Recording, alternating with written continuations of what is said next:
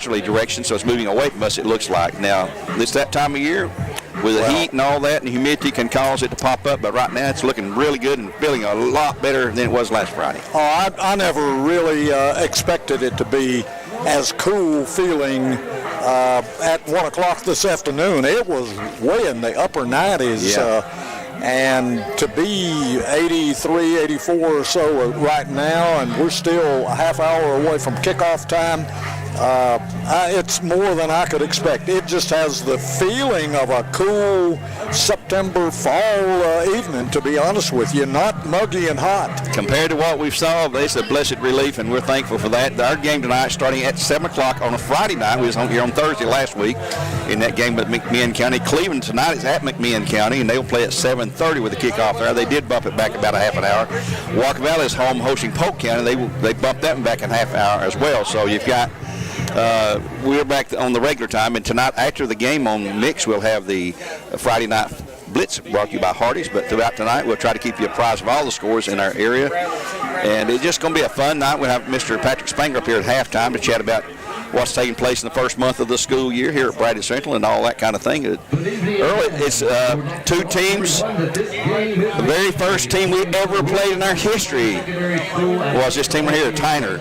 And so it's a rematch in the source. Haven't played it much, but we played them 13 times. The Bears are 12-1 against them in the series, so we have totally dominated that. And last year we won 40-7 when Tyner came off a state championship here in 2022, and we opened the season with them. We mentioned this earlier. Tyner still does not have a home field because they're under construction with all new facilities, new school, new athletic facilities. When they open or start back after the Christmas break, they'll be in the new academic building with the new gym, but they will not have a football field till sometime late next summer, maybe in time for fall football. Yeah, that was one of the most asked questions just a year ago. When was the last time we played Tyner? And I remember it was 1990. So last year it had been 33 years since the Bears and the Tyner Rams got together. So that's a pretty good spell there. That was back when Coach Bill Robertson, the chief, the last time we played. And Tyner, of course, under the Wayne Turner era for almost 30 years at Tyner High School, 27 maybe. He built that program into a state powerhouse. They annually were regarded throughout most of the 2000s and the late 90s, won the state title in 1997, and right on, the Rams won the 2A state title in 2022 under Coach Chandler.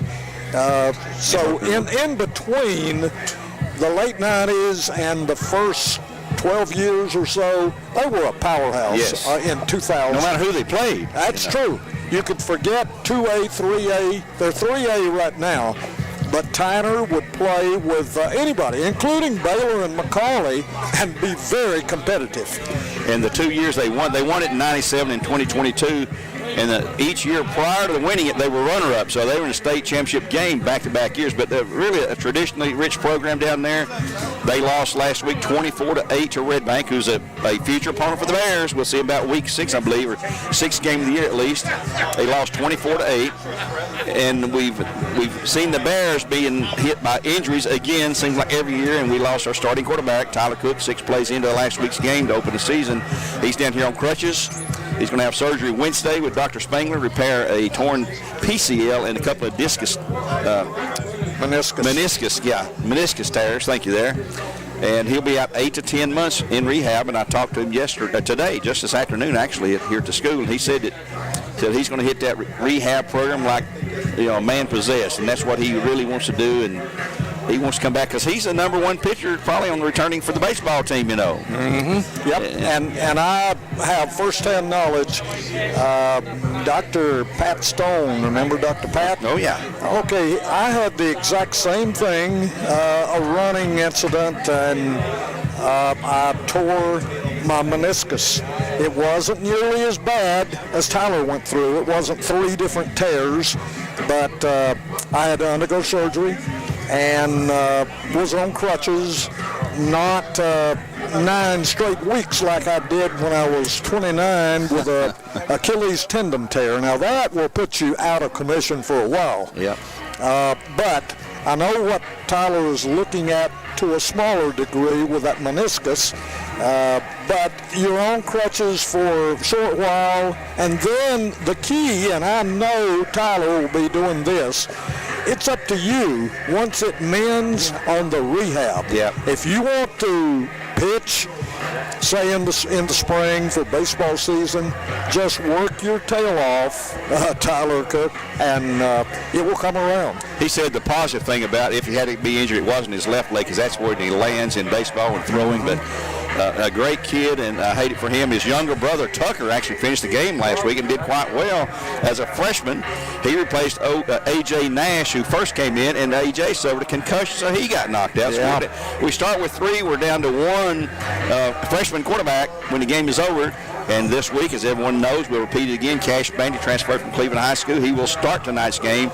He's going to be wearing number 9, which was Zane McIntosh's old number, and Zane's got a number more in line with an offensive lineman, defensive lineman. There's some kind of rules, and they said they need to change Zane's number anyway from 9 to his new number. But it'll be interesting to see how the Bears do. I talked to Coach Floyd, and he heard on the game there, preview here on Just Recorded here, that expect to have a lot more running tonight. He said we've got to be able to run the ball and move it to be successful, and we can't have 15 penalties. We can't have 2 turnovers, which we had last week. That'll get you beat against any team, and the Cherokees had 15 penalties of their own and 2 turnovers. But the Bears had a problem with special teams a couple of times, and Damon mentioned that in the interview. He said we missed a point after, we missed a field goal. There's 4 points. We lose by 3. Yeah. And a couple of notes that I noticed, too, in looking at my stats, Gary, from last week. Landon Scott and Brashawn Beard both had good, strong second halves. First half, our running game was a little shaky. I don't know if that was could be attributed to inexperience on the line. Blocking was not maybe there just like it was. Maybe the coaches changed a few blocking schemes at halftime. But those 2 guys in the second half last week in the Cherokees game carried 5 times apiece and combined for 64 yards. Now, that's okay. Yeah. 10 carries out of 2 good running backs, averaging 6.5 yards a carry. I mean, hey, that will get you some more reps. And if you can count on people like Brashawn Beard and Landon Scott for maybe carrying 12, 14 times apiece, mixed in with now Cash Bandy's throwing, and Cash, it can also run too. Yes, he can. I mean, he's a running threat. He's versatile, yeah. And I mentioned to you some of our comments from the pregame, which is over an hour ago now. Some of the listeners might not have heard.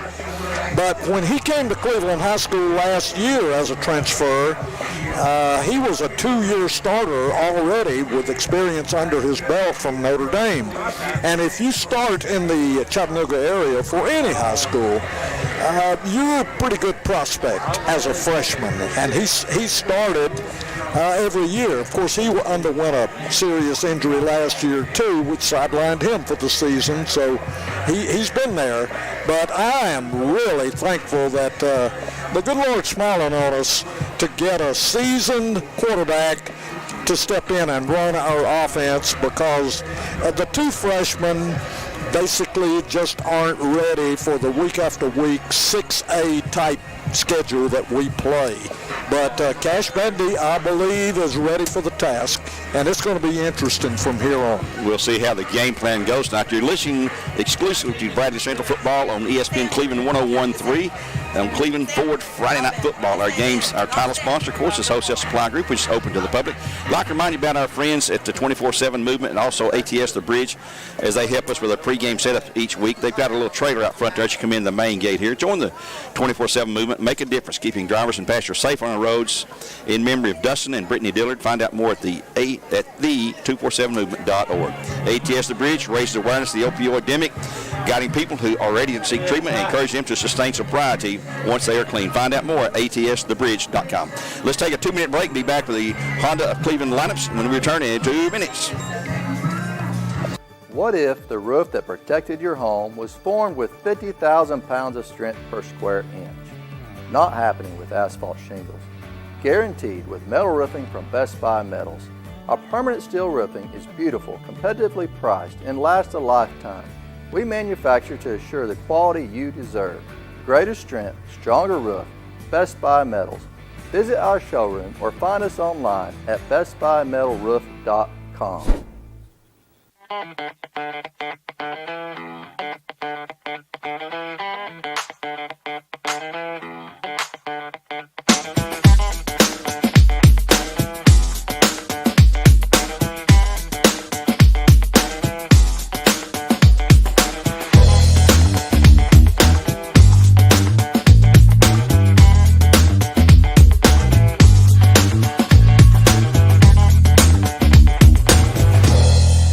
McDonald's, we're making changes every day to serve you better.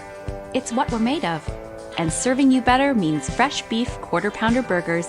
Your burger, his burger, her burger. All cooked fresh, right when you order. Made from pure North American beef and just a pinch of salt and pepper. Because we think there's nothing better than a fresh beef quarter-pounder burger made for you, right when you order. And that's just one way we're showing you what we're made of.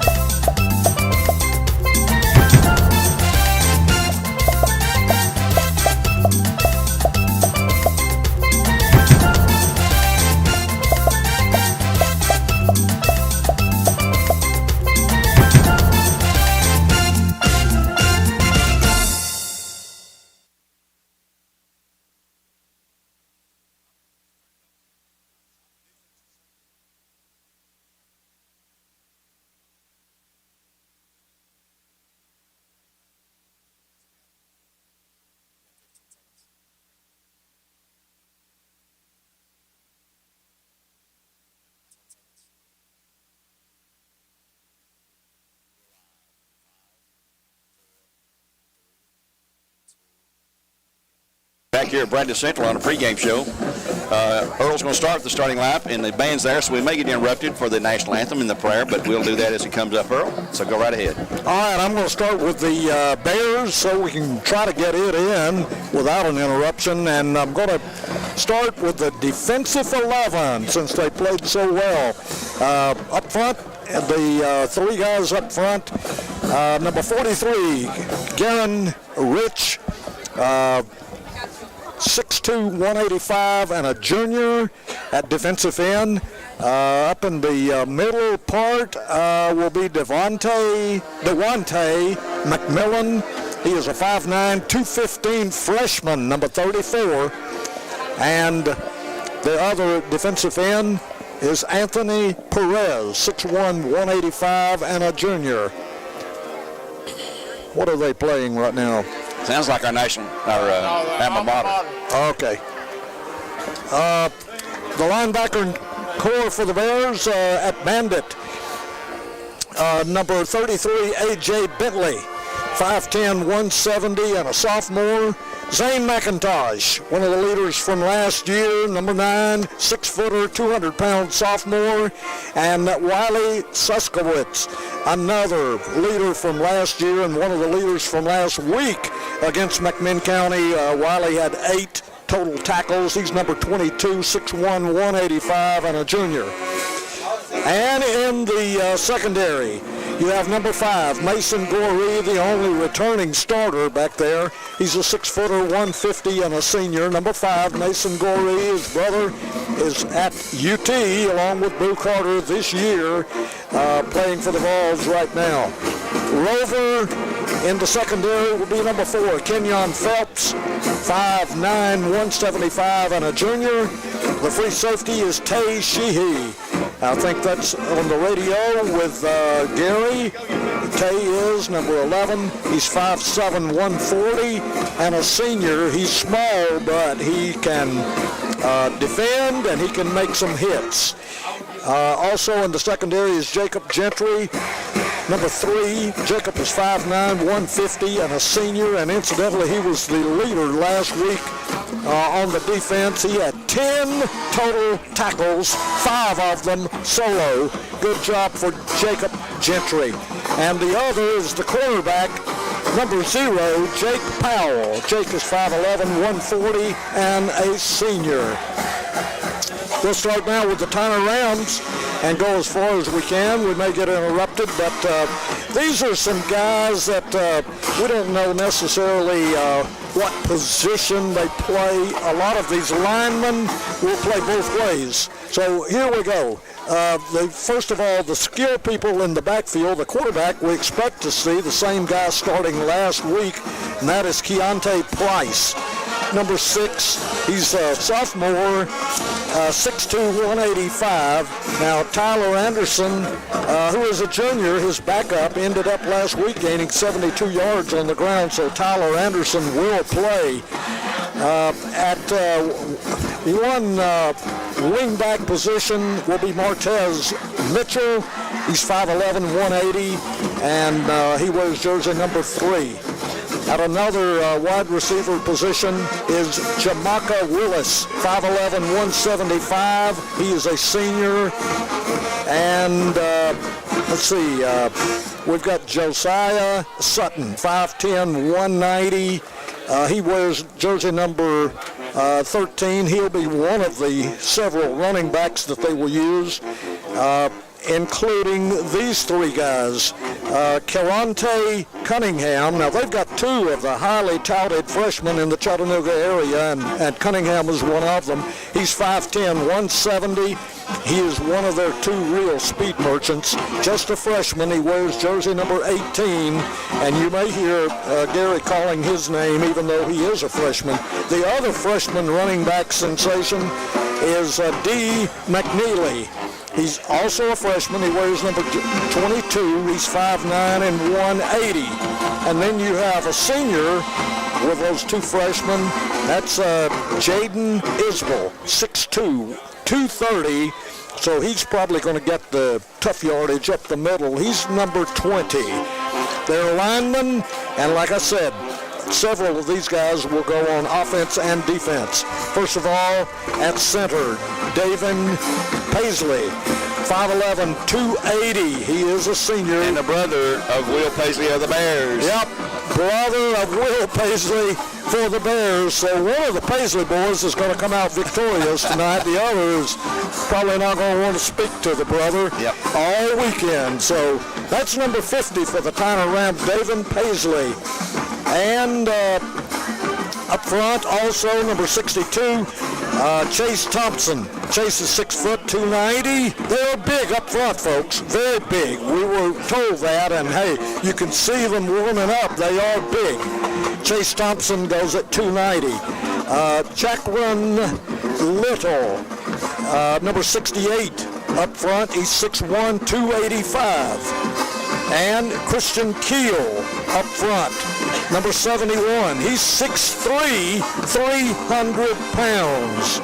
And then you have a smaller size here, Mont East Moore. Smaller. He just goes 265. 6-footer, 265, number 75. And then you got another wide receiver, not with these linemen, Zion Pinkerton, who will see a lot of action. He's 6'4", 180, and I think they'll be throwing to him quite a bit because of his size.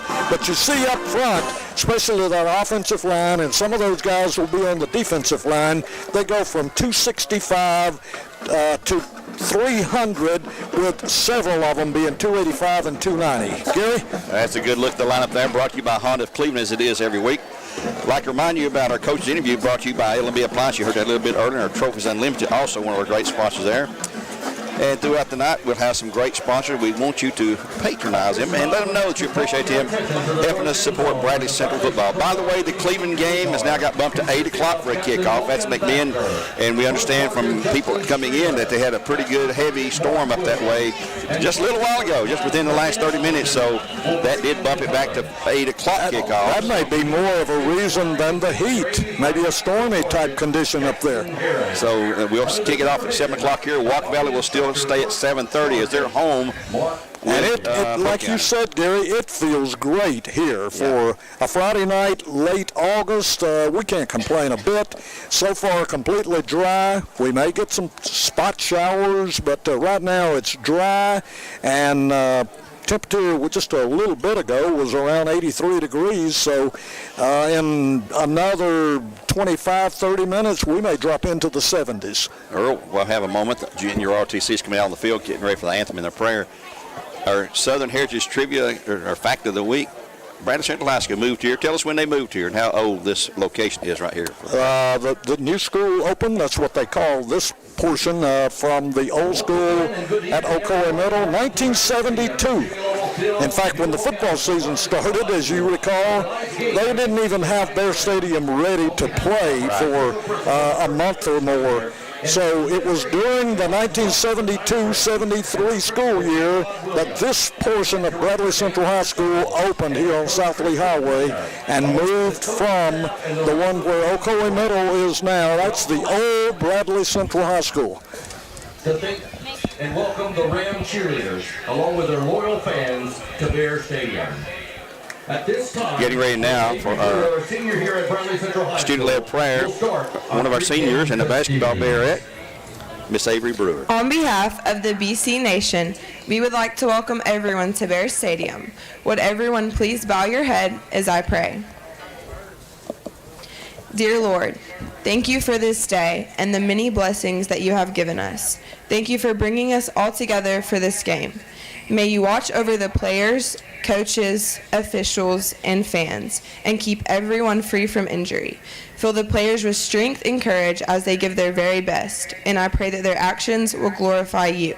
Thank you for your grace, mercy, forgiveness, and your unwavering love. Amen. Amen. It's Miss Avery Brewer. And now comes our national anthem by junior Miss Callie Foley. Would everyone please remain standing as Callie Foley, a junior here at Bradley Central High School, will sing our national anthem.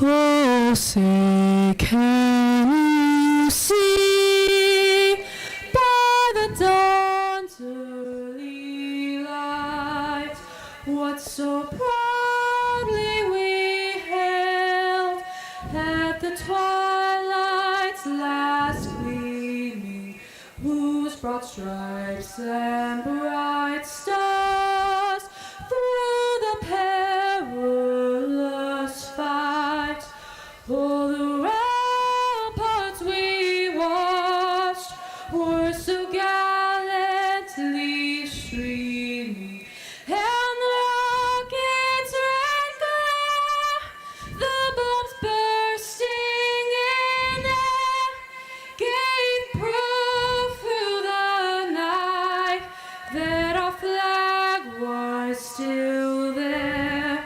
Oh, say does that star-spangled banner yet wave for the land of the free and the home of the brave? Another lovely voice, Miss Callie Foley, a junior. And preceding her was Avery Brewer, a senior, with the student-led prayer here at Bradley Central. Let's take a 2-minute timeout here on ESPN Cleveland 101.3, and we return with more live coverage from High Top Bear Stadium in 2 minutes. Back to back, right?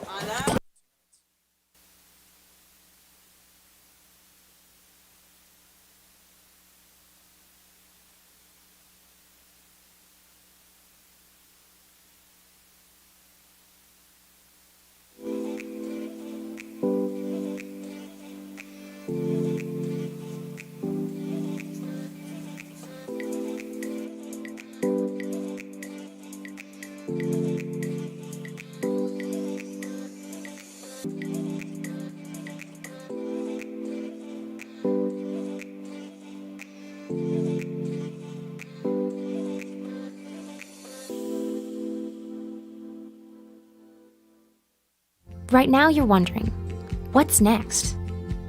Well, Lee University specializes in helping you find your next path.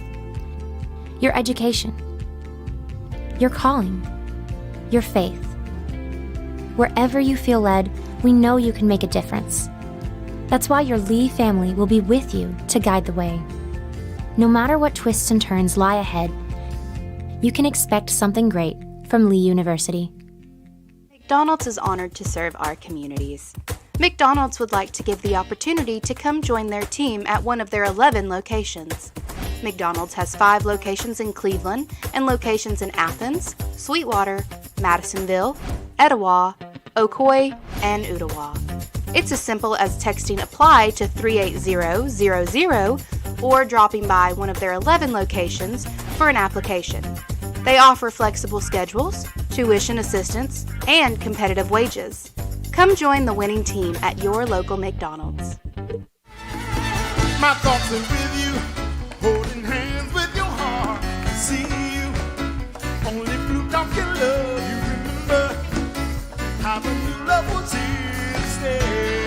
Back here at Bradford High School, you're listening to ESPN Cleveland 101.3, where the games are run by both sets of brothers. Once again, the Cleveland game's been pushed back another 30 minutes to 8 o'clock. It just got the word from Terry Evans, their play-by-play guy. Heavy rains up in that area a few moments ago, so they're going to let things sort of settle down there before they begin.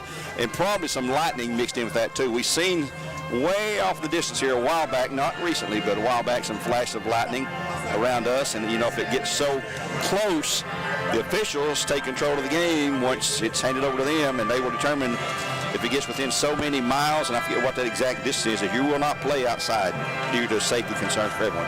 Really good crowd here again tonight for the Bears on the Bear side, and not nearly as many as it was for the men game last week. Tyner doesn't travel too well on the road, and I'm sure there were folks. I talked to David about that this week.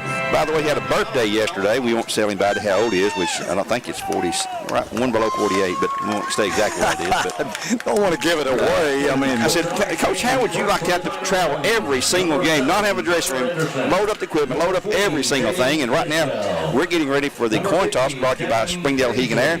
It's about a low 80 degrees right now. The Bears tonight in their light gold tops with white pants, Tyner in white tops and gold pants. Number 11. The head official tonight is Mr. Stacy Reimer and his crew of 7 others. And here goes a toss into the air for Springdale Heating Air. It's going to be won by Tyner. And they say we want to deflect to the second half, so the Bears will have the option now. What do you want to do, Bradley? Bradley will kick a seat. Let's see. Bradley will receive, I believe. Receive, yep. Yes, on the north end, the open end. Let's take a quick 30 for Chattanooga Auto Square, and we'll return with a kickoff here in just a moment. Clear for 30. Meant to give you a heads up about the kickoff thing. You already know that by now, though.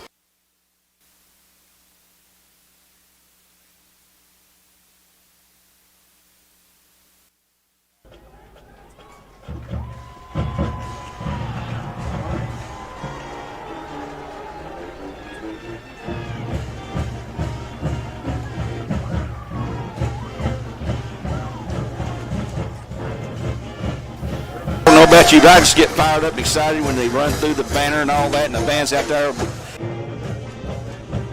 Here in just a moment or so. It's a beautiful night. It's cooled off considerably since this afternoon. As you mentioned, you were out in there, and I was out in it too. Man, it was miserable out there. But right now, it's nice. It's a good little breeze blowing all around us.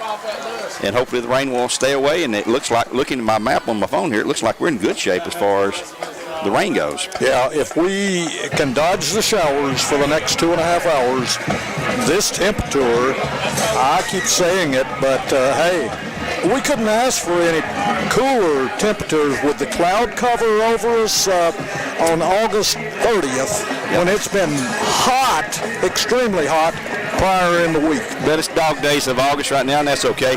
By the way, this game is being streamed live on the Bear Network on YouTube there, so look for the BCHS Bear Network, and it's also live on the NFHS Network for all of you folks around the world who want to listen to that. Our games, as always, here on ESPN Cleveland 101.3, and if you need to know how to get there, just download the free app My Mix 104 app. Download that app and you can listen to Bradley, Cleveland, or Walker Valley, or any of the 3 stations. If it's not a football night, listen to whatever's on the Braves. We're carrying the Braves as always for many, many years. Tennessee football on Mix. We've got Georgia football this year, UTC football this year. Of course, the Titans and Falcons, just your sports place to go to, one of our family stations, and it's just something every day, every night. And the Bears will be receiving back deep for the Bears. Is going to be number 2. Of course, that's Ollie Scott, along with Marcus Goree, and on the left side here, looks like Sheehy.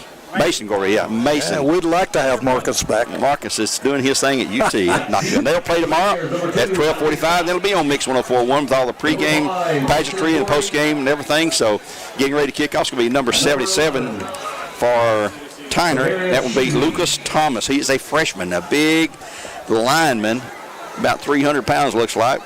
If he can put his weight behind that, he'll kick that thing. Tay Sheehy is also back there. We got a triple stack there around the 15-yard line. Here's the kickoff. It's a high spinner going to be taken by an up lineman, the 20 to the 25 to the 30, going to the 35 to the 35. Brady Lewis returning it to all the way down across the midfield. That's a great return. To the 30. Back him up to the 30.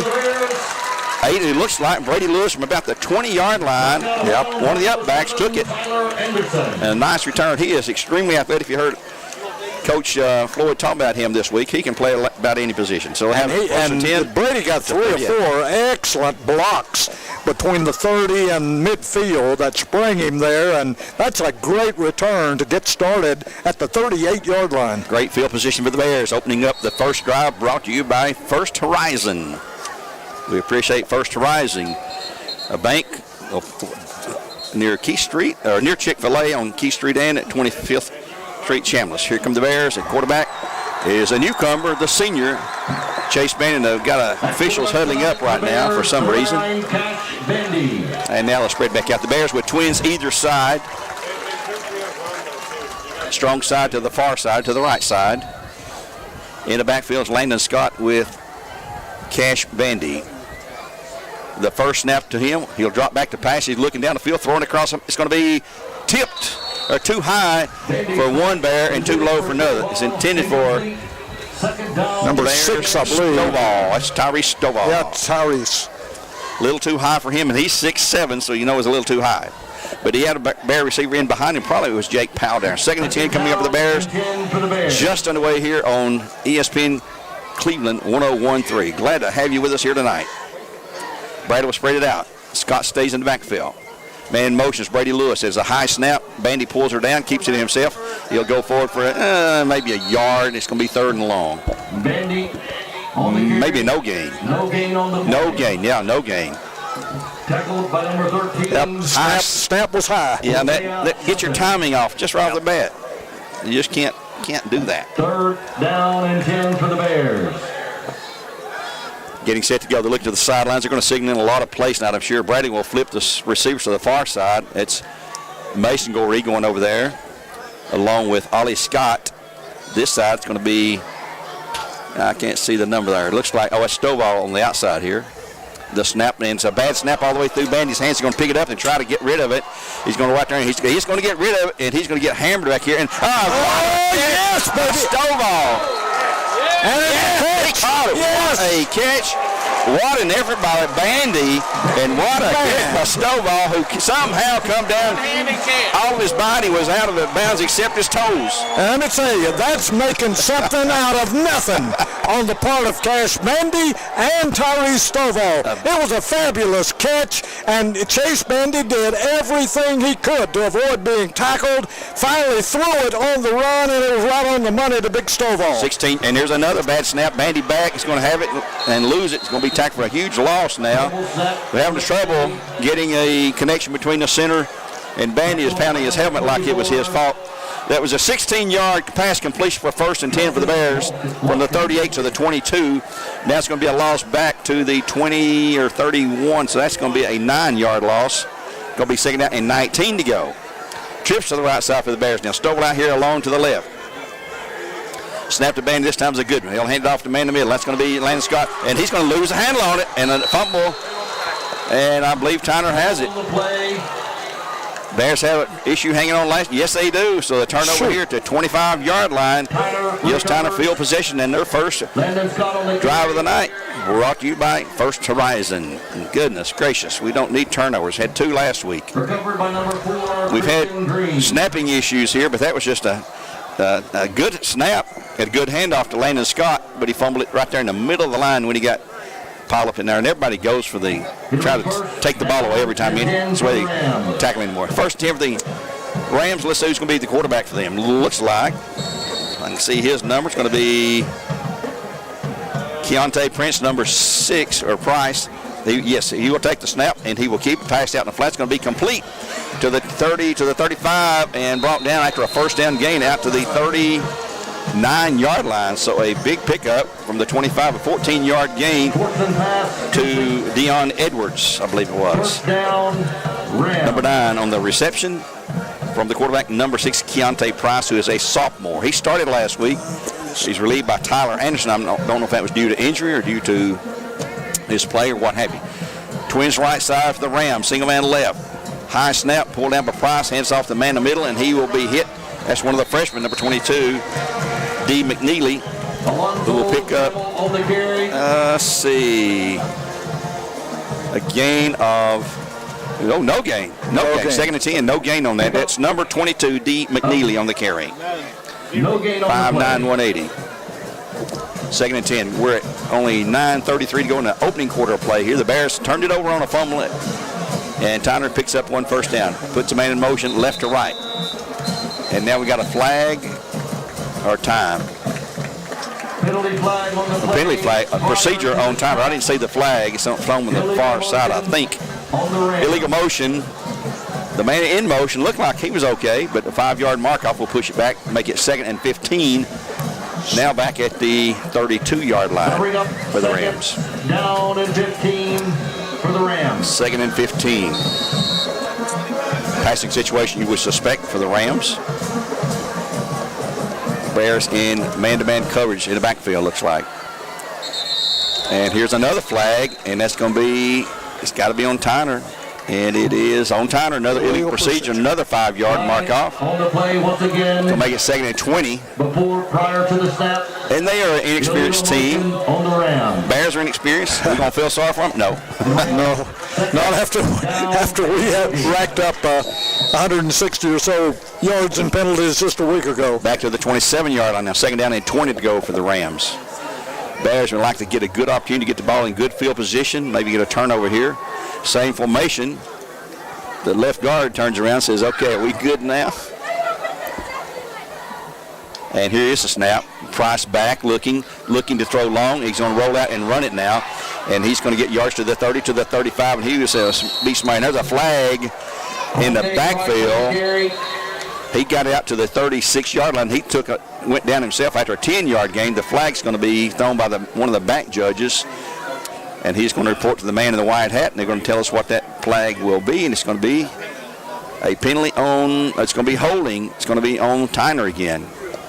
Penalty on the They play. threw it at the 42, holding, Rams. Holding on the Rams. I think he gets the yards, but they'll mark it off from the, they're marked from scrimmage. Mark it from scrimmage, which was at the 27. Still be second. No, they didn't. Marked it off in the spot. Yeah, it was a spot penalty. Gained 9, and then he lost 10. So it's back to the 26-yard line. Still going to be 2nd down now and about 26 to go.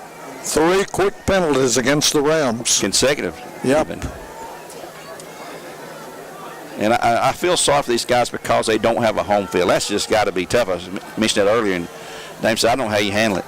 You have to load all your stuff every single week, not have a dressing room at home. And now we got somebody wants time. Tyner's going to call time, try to regroup, and let's take one with them. At this time for Milligan Vein. Do your legs feel heavy, tired, or achy? Dr. James Gooden offers an office treatment that will make you look and feel better in a day. MilliganVein.com. We'll be back in 1 minute here on ESPN Cleveland 101.3. Clear for a minute. Yeah. A calling that God placed on my life to really step out in faith on something that I didn't think I could do, and it's been amazing to see how God's worked through it. CRCC stands for Crossroads Community Church, but we're a church that our vision is to be a life-giving church in our community. We do that through helping people know God, find freedom, discover their purpose, and then go make a difference. And so that's what we're doing every week, is helping people discover their jam and go make a difference. At your Geico local office, we know that time flies.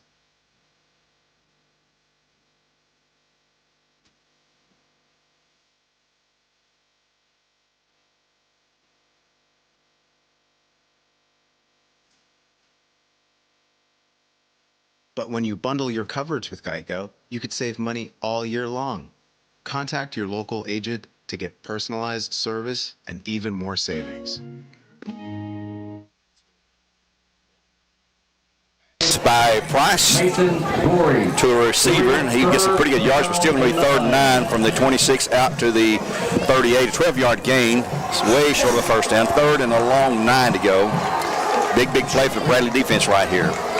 Bradley jumped into the neutral zone, but didn't break it, and he gets back in time.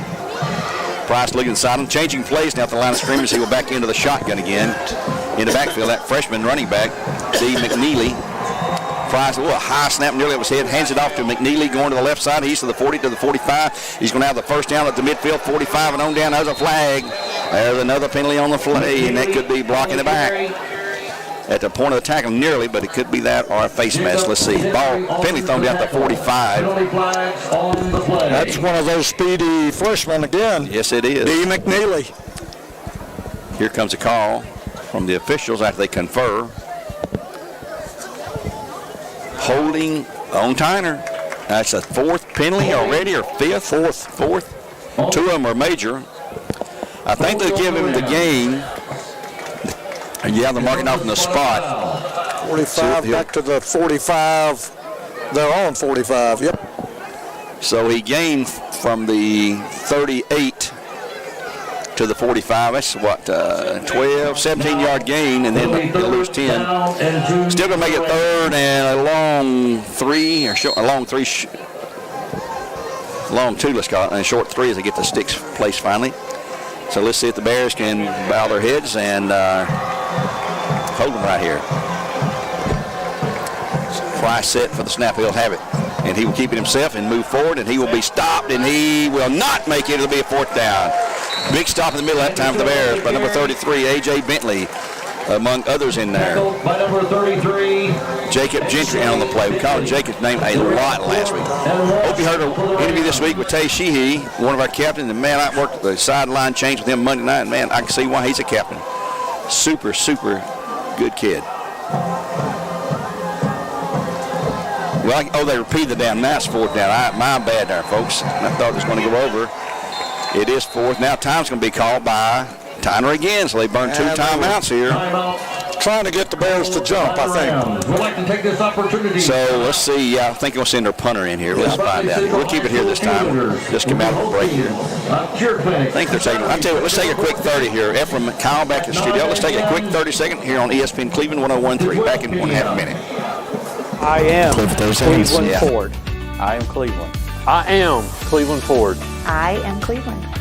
I am Doug Beerthaler, General Manager of Cleveland Ford. And together, we are Cleveland Ford.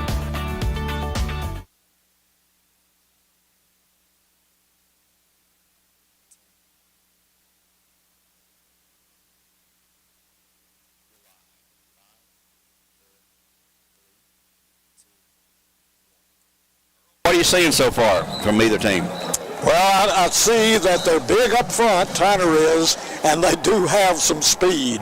Those 2 freshmen are quick. And once they are the wide runners, and once they turn those corners, man, they're hard to deal with.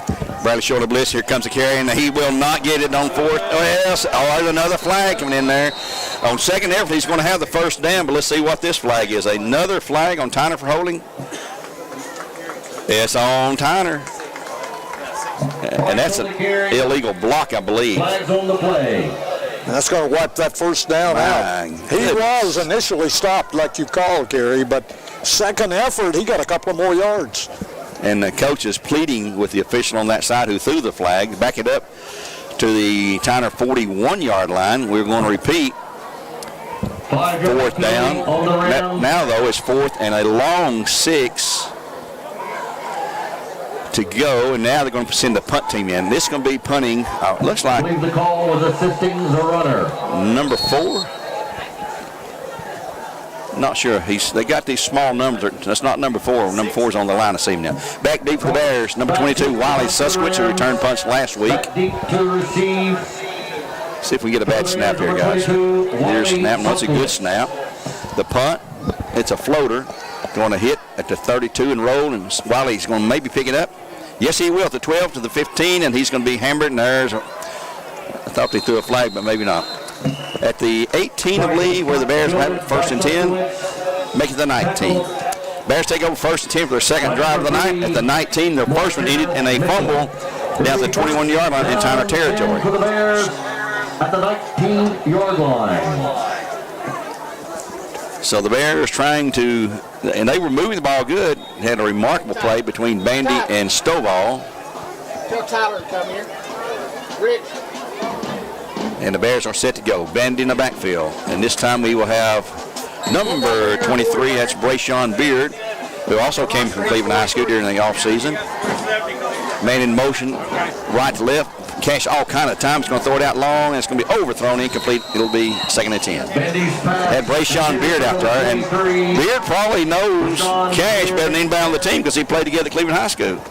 Yeah, that's true. I hadn't thought about that. Guarded nicely by number 3, Martez Mitchell. Mitchell on the defense for Tyner that time.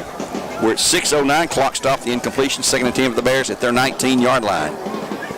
Snap to Cash. He will hand it off to the runner inside. It's going to be Bandy. He's going to get through. He's going to be 20 to 25. After the 30, he's got the first down and across the 30 to the 32. 1st and 10 for the Bears and Cleveland 4. Beard's not a big guy. I had him in class earlier this week and talked to him a lot about football. And 13-yard run. Yes. Pretty strong right there. Glad to have that one. 1st and 10 for the Bears and Cleveland 4. Same formation. And the Bears jump. It's 5 yards. The Cash was trying to move some guys around the line, and I think they thought it was a call to snap the ball. No, our guy moved. Now Tyner's going. It's going to be on Tyner. They're marking this on Tyner. What if they were calling the snap count? Yeah, our lineman moved. So offsides? Yeah. Well, no. If they call the snap count, so you can't call the snap count. Okay. I think that's what we're doing. 37. Another penalty for 5 yards against Tyner. The Bears have 1st and 5 after 37. Here's Cash going to run himself out to the, trying to get outside. He's going to be pushed out for no gain. It's going to be 2nd and 5. Bandy on the carry. Knocked out of bounds by number 2. One of the guys who's seen Bandy play said, watch him. He will sprint back to the huddle every time. He'll beat everybody to the huddle. Well, back to the line because Bradley doesn't huddle. They play the up-tempo. 2nd down and 5.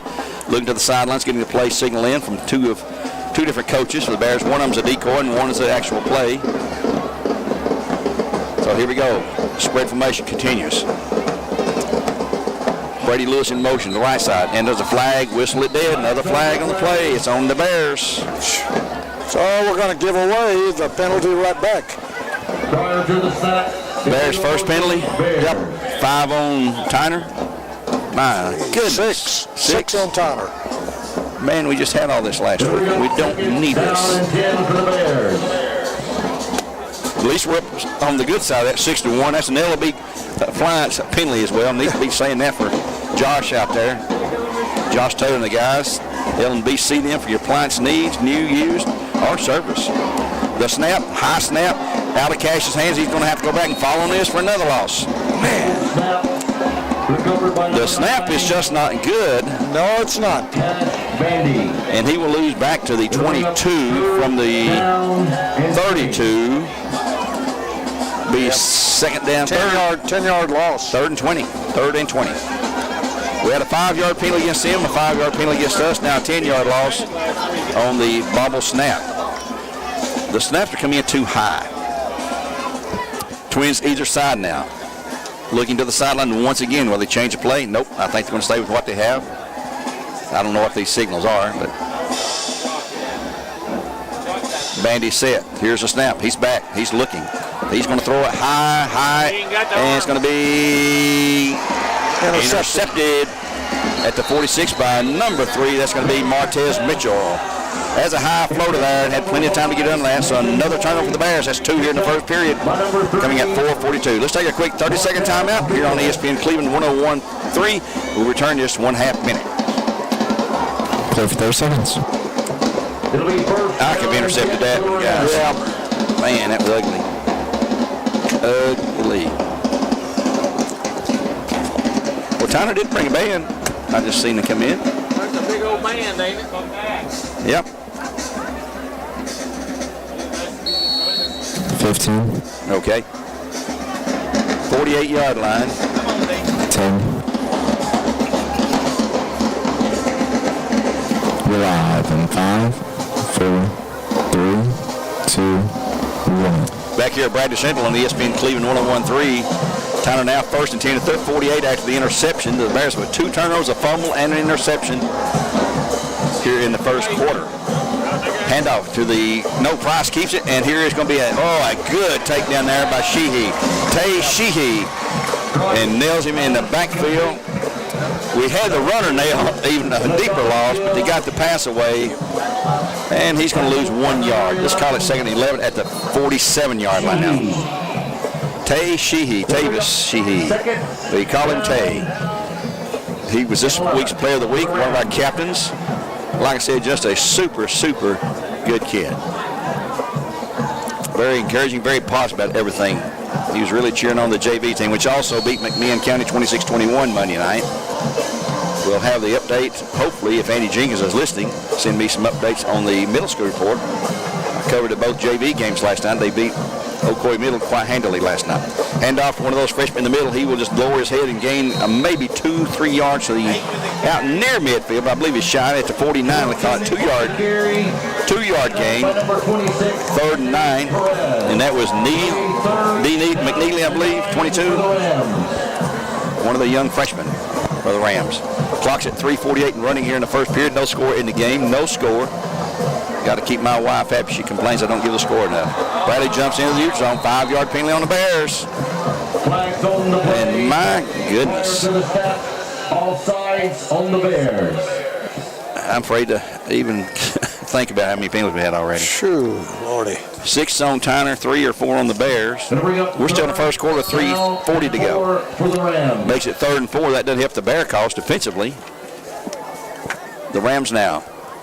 Empty backfield. Nope, not an empty backfield. They're back there now. It's going to be one of the freshmen. I believe it's McNeely. Out of the shotgun. Trips to the right side. Price back looking. Throws to the left side. Incomplete. Right through his hands. He had the first down. Be broken up for the Bears by Jake Powell. Actually, wasn't broken up. It's right through his hands. Yep. He just said, hey, how did I miss that? It went right between his hands. They turn and want to run before they can secure the ball. 4th down and 5, or a long 4 coming up. Ball at the Bear 46 right now. Go for this one. Yep. Maybe they're trying to draw the Bears off. Let's see. Yeah, there they tried to. He's clapping his hands, which has been the snap count before. They've already burned 2 timeouts. They're looking to the sideline. The game clock with Bradley Concrete 8 seconds, or the play clock down to 8, 7, 5, 4, 3, 2, 1, and they didn't get it off. There's a delay of game penalty. No, they let it get be a delay of game. And here is a tackle, and he did not get it. Has to be Kevin Umbrate, Tay Sheehy there, along with A.J. Bentley. That's going to be number 11, Zion Duhan. I believe on the carry. 8. Yeah. Lawan Fortson. So it goes over the Bears. 1st and 10 for the Bears, and Cleveland Ford at the Bear 46-yard line. Stopping about 2 yards shy of getting a first down that time. We're now at 3:30 in the first quarter play. Bandy will go out with Brayshawn Beard in the backfield. They played together at Cleveland High last season. Bradley will have trips right side, Stovall left, hand off to Beard in the middle. He's going to have 5. He's going to have 6, 7, 8, 9. He's going to have a first down, and it'll be all the way down. Well, it's going to be just a yard shy. He's going to have 9 yards to the 45 in Ram territory. Turpin on the tackle for the Rams. 2nd down and 1 for the Bears. Quickly they line up. Low snap. Cash has a flag on the Bears. Procedure on the Bears. Make it 2nd down and 6. Clock stopped at 3:09 in period now. Wow. Gonna bring up 2nd and 6 for the Bears. They'll back him up to the right at midfield, just the ball on the Bear side of midfield. Play coming in from the sidelines. We're scoreless here in the first quarter play from Bear Stadium, our 2nd game of the year against the Tyner Rams out of Chattanooga. Next week we'll be on the road for the road trip I'm not looking forward to up to Maryville, Earl. Yep, it's a toughie. Nash the handoff, and he will have nothing. Beard again on the carry, hitting the middle line for no gain, right back where it was. It's going to be 3rd down and 6 to go for the Bears. They had that middle clogged up. They got some big heavyweights in the middle there, the Rams do. They need to get outside and get out on the flat. See if we can get the ball to Lewis or Stowe on the left side. On the far side is Goree along with Ollie Scott.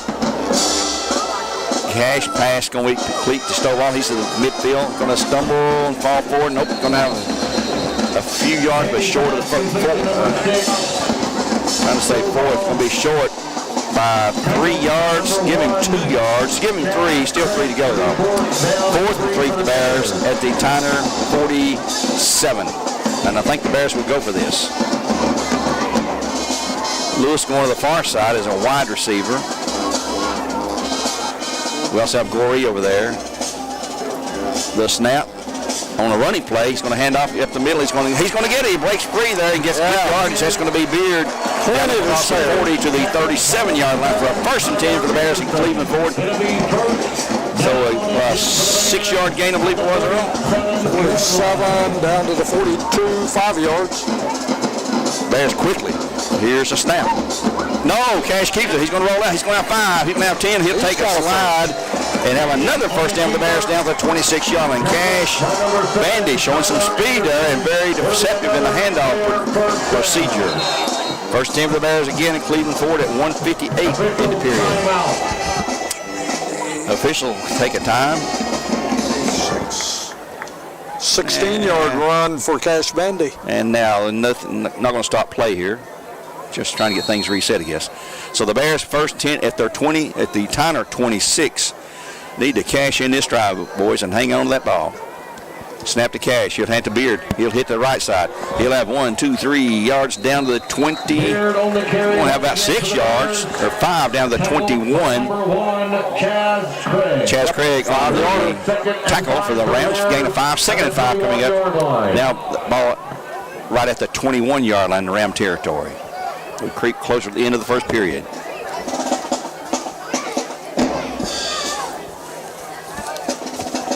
Cash. Handoff. Beard. Nothing. Matter of fact, might have lost a yard there. No gain. No gain. It's going to be 3rd down and 5 at that point. It'll be 3rd down and 6 for the Bears. 3rd down and 6. Bears certainly in 4-down territory, but we'd like to get a score. He'll have twins either side this time.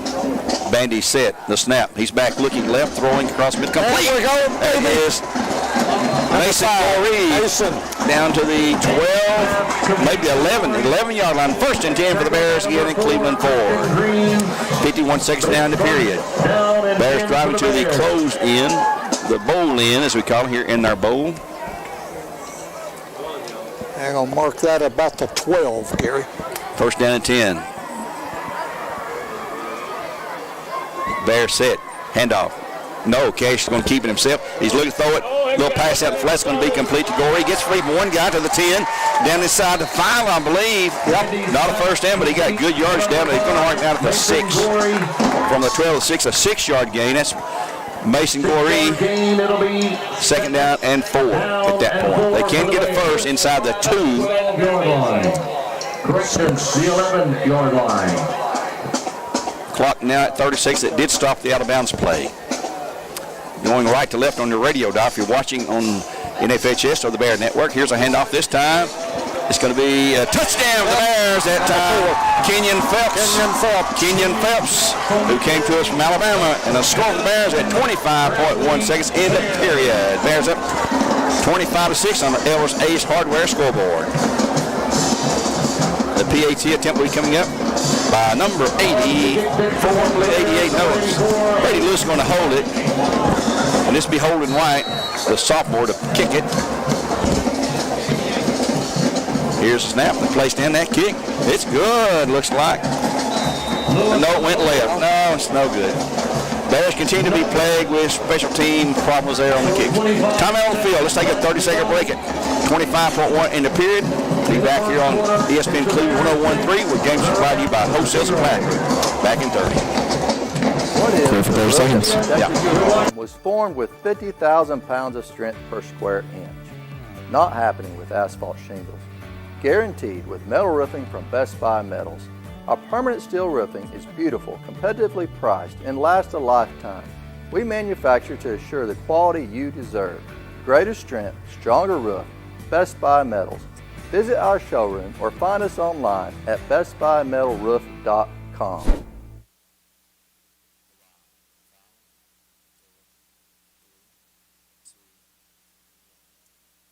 Phelps on the Tennessee Valley Urology touchdown. Tennessee Valley Urology, TNValleyUrology.com is our website. Offices in Cleveland and Athens. The extra point sponsor this year is Independent Insulation Services. Your spray foam experts, 423-716-3762. And 54-yard drive, Gary. And finally, points on the board. They moved the ball well. They now have 6 first downs, 54-yard drive, 11 plays. High kick. It's going to be a spinner taking about the fumble at the 10. And he's about already fumbled it again. He's in deep trouble inside the 10. Oh, my. Oh, my. He fumbled it and tried to pick it up and fumbled it again, and all over him that time. With the Bears, Caden Cantrell, who had a good game last week. Have to start from their 8. First 10 Rams trailing at 6-0 to the Bears here with 18.2 in the period. Correction, I guess it's closer to the 9. Yeah, it looks like it is. Yep. They will start from there, trailing at 6-0. In the closing seconds of the first period of play, they'll start the clock at the snap. The Bradley Concrete Lamcon game clock and play clock tonight. Price back. Going to hand off to McNeil. He's going to lose back to the 5. And that'll end the period, I believe. Back to the 6, I believe they're going to give him. Going to be a 3-yard loss. Going to be 2nd and 13, but that'll start in the second period because the buzzer's going to sound. Man who led, Will Paisley led the charge. And it will be the end of the quarter. 6-0, the Bears on top. So the Rams of Tyner will be back in 1 minute with more live coverage on ESPN Radio Cleveland 101.3. Clear for a minute. Yeah.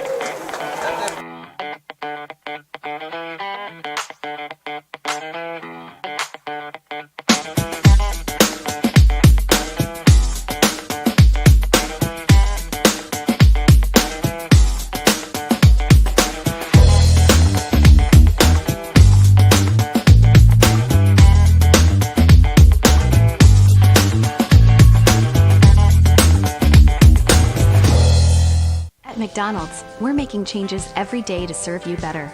It's what we're made of. And serving you better means fresh beef quarter-pounder burgers.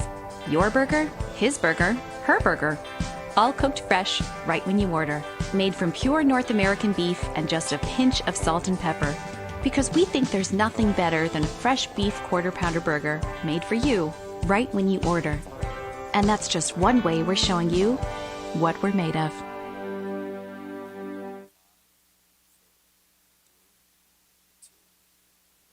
We'd like to thank some of our other sponsors here, the Voitech Center for Orthopedic Care. For all your orthopedic needs, it's Voitech.com.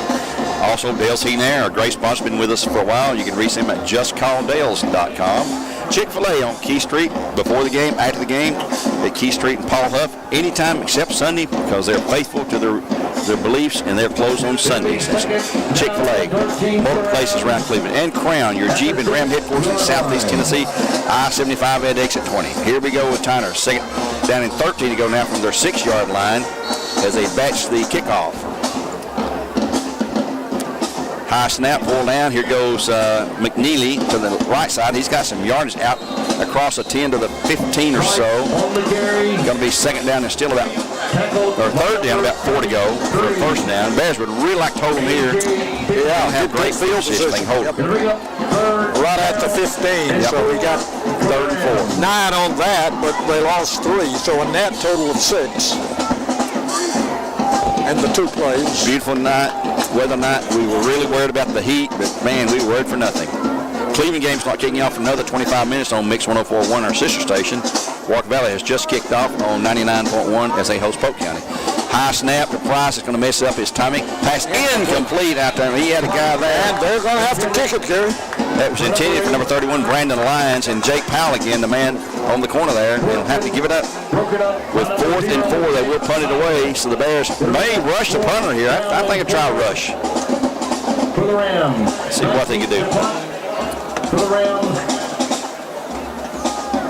And we're going to get them lined up here back deep. Wiley Suskowitz, he's just on the Tyner side of midfield. Back to kick it. It looks like number, is that 4? Christian Green. Christian Green's going to punt. He's a big guy. He punted the earlier punt. Here's a snap. Good snap. Gets it away. Not real long. It's going to hit about the 45 and kick out of bounds. So the Bears have excellent field position right at the 47-yard line, where it'll be a 1st and 10 for the Bears in Cleveland Ford. Our Earl's Ace Hardware scoreboard shows that 6-0 the Bears, 11:07 to go here in the opening half. Just underway here in the second quarter. 32-yard punt.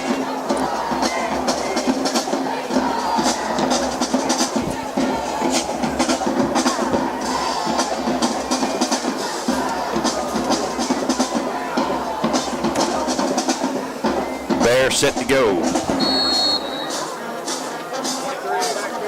In the backfield is Brayshawn Beard with Cash. Twins to the right side. Snap to Cash. Hands it to Beard. He'll hit the middle for a couple of yards, maybe down to the 45. 2nd down and 8 coming up. By number 20, Jaden Isbell. It'll bring up 2nd down and 8 for the Bears.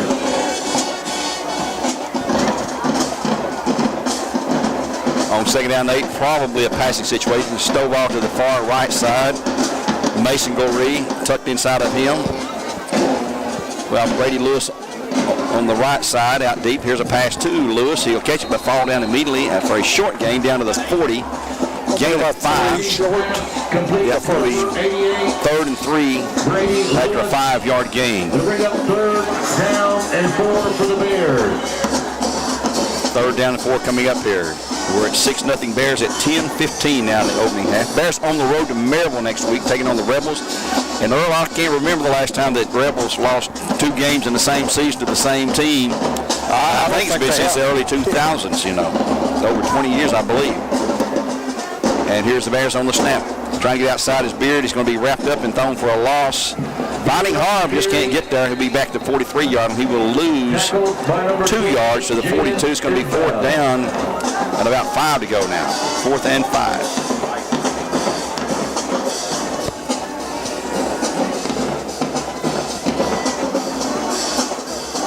Bears trying to keep the ball. And they're going to go in punt formation right now, though. Brady Lewis back to punt. Let's see if they try to pull Tyner off. It still wouldn't give them a 1st down, though. They got to be close. Kick this one. Be close. Hold them deep. Back kick for the Rams, number 28. Brady can fake it, too. And that's a fake. Cross the middle. It's overthrown, incomplete, intended for Zane. Number one. That's going to be Zane McIntosh. That's not McIntosh, I believe. They changed No, it's not. One is Zane McIntosh.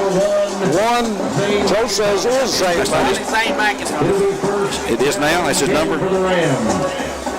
That's the new one. Okay. Zane McIntosh, the intended receiver. It's incomplete. Ball goes over to the Rams. It's going to be 1st and 10 at their 42-yard line at 9:08. 6-0 Bears on top.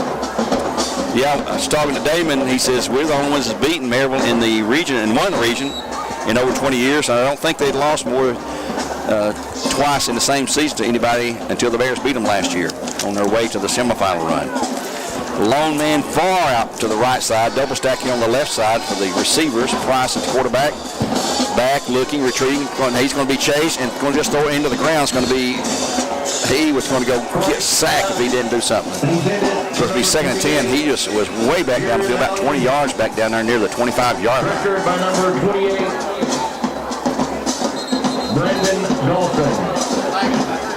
Dalton was the guy. There was a flag. I didn't see that. Way back there where he was going to throw the ball. Is it grounding the ball? Let's see. I believe they're going to pick the flag up. Yep, going to wave it off. It was. I think this question whether it was grounding the ball or not. For the Rams.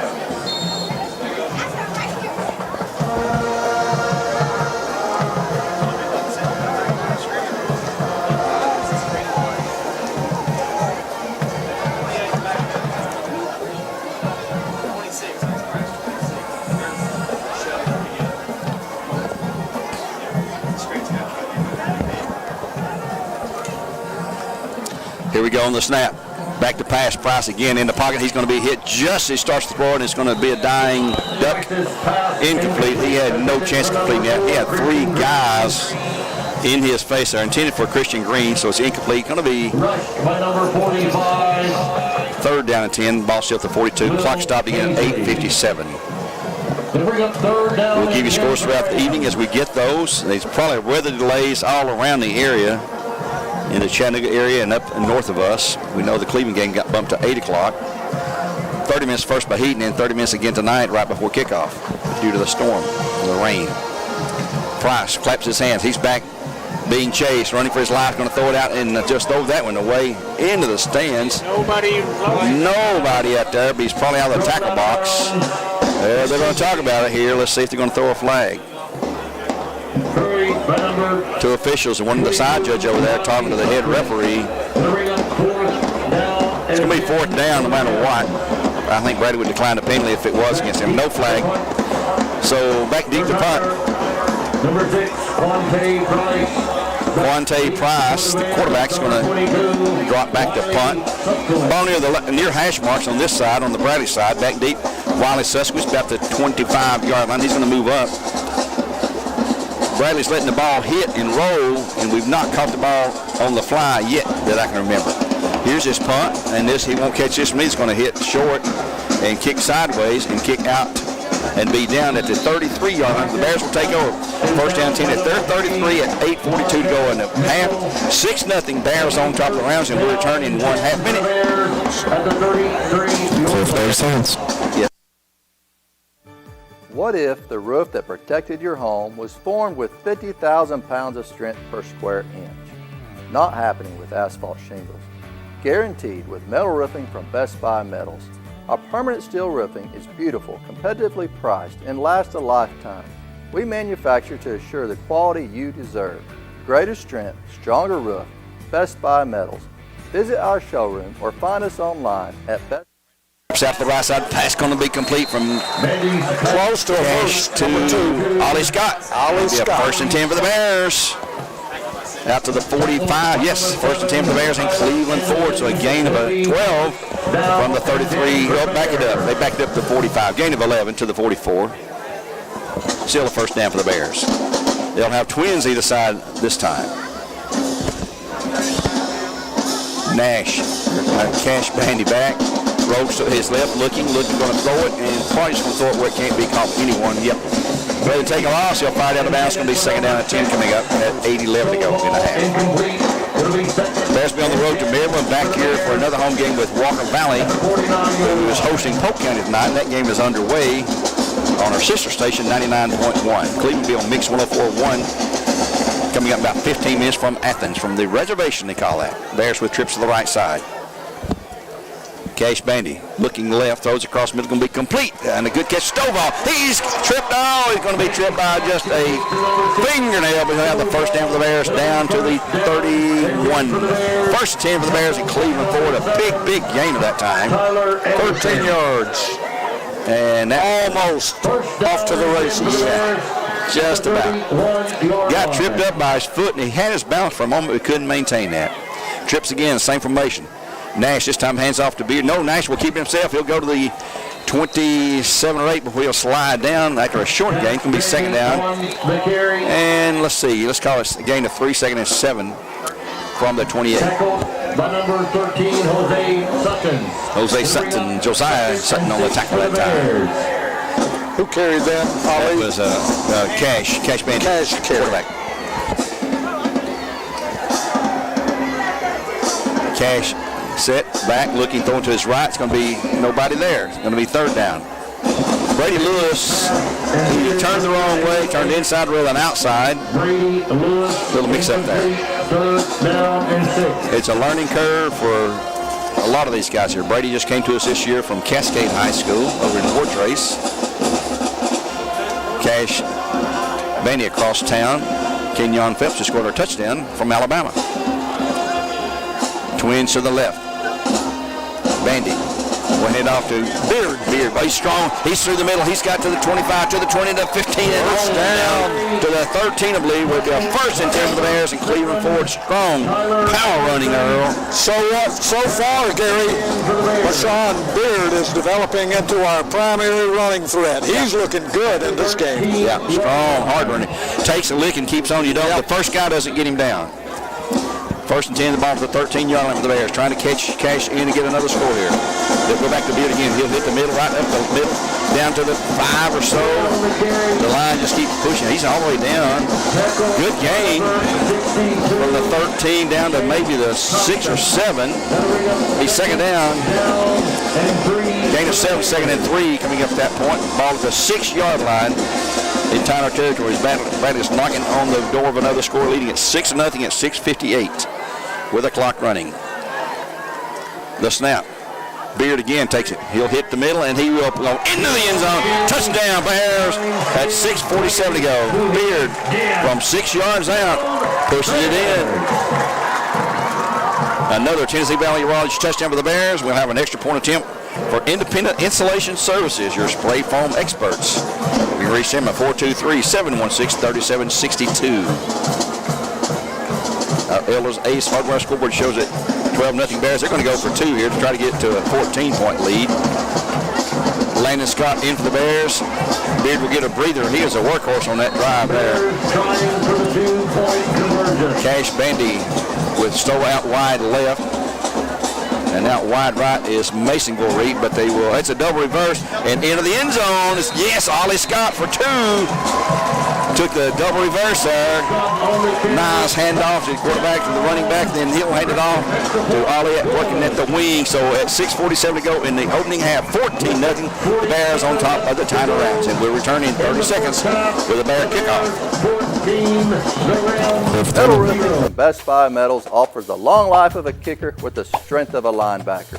It's the easiest decision since the time you had to pick between watching the Super Bowl or professional bowling. Did you know Best Buy Metals can provide a free material quote from a Google Map address? Stop by our showroom today. Visit us online 24/7 at bestbuymetalroof.com or get a free quote at metalroofingquote.com. Back to the Bear kickoff after that score, and we'll get Earl's recap of that drive. It was around midfield after a Bear stop. Tyner has back deep. Looks like number 9. 28. It's going to be Gerard Allen. 67-yard drive, 6 plays, 3 first downs, and Beard for 6 yards. The run was added by Holly Scott. Noah Samoa on the kickoff of the Bears to the 15, to the 20. Well, didn't get the 20. And there's going to be for the Bears, Zane McIntosh, who will meet him and greet him and give him a big Bear hug and bring him down just outside the 20-yard line at 6:42 to go in the half, up 14-0. The Bears on top of the Rams in the Battle of the Animals again this week. It'll be first down and 10 for the Bears. They'll give the ball to the Rams. Coach Freeman is giving the ball to the Bears, but it's a Rams football. At the 21. 21 they're going to call it. How long was that last drive? 6 or 7 yards? 6 plays.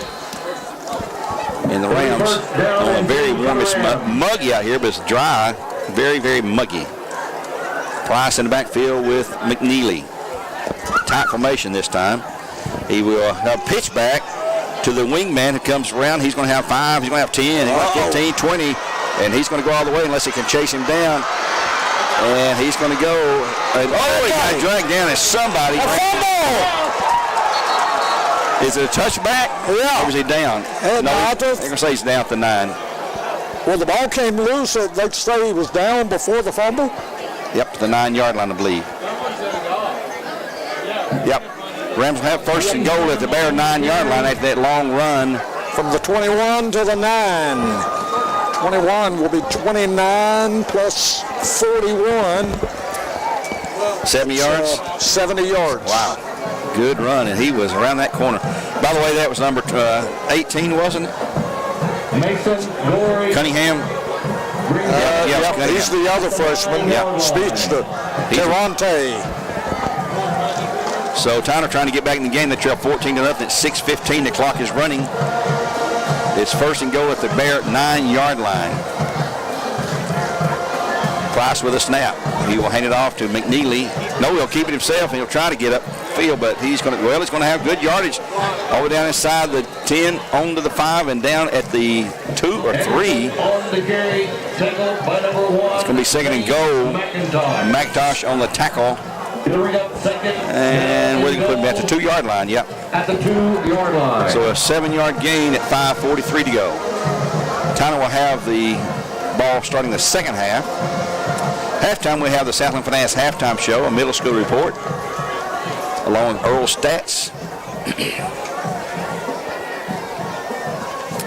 And second down and go. Still out of shotgun. Price in the middle. He will go into the end zone easy for a score. And the Rams are on the scoreboard at 5:23 to go in the opening half, making it 14-6 now. We'll have the extra point attempt coming up. Bears scored first, missed the extra point. The next time they scored and went for 2 and got it, giving them 14. Tyner right now going to try to kick this. Number 77, Lucas Thomas, a freshman. They're a young squad. Coach Maynard trying to build. The snap is good. The place down is, it's blocked. Blocked by Mason Gorey, all the way through there and blocked it. They'll make it 14-6. Let's take a quick 30 here on ESPN Cleveland 1013. 14-6 Bears on top. We'll be back in 30 with a Tyner kickoff. Play for 30 seconds.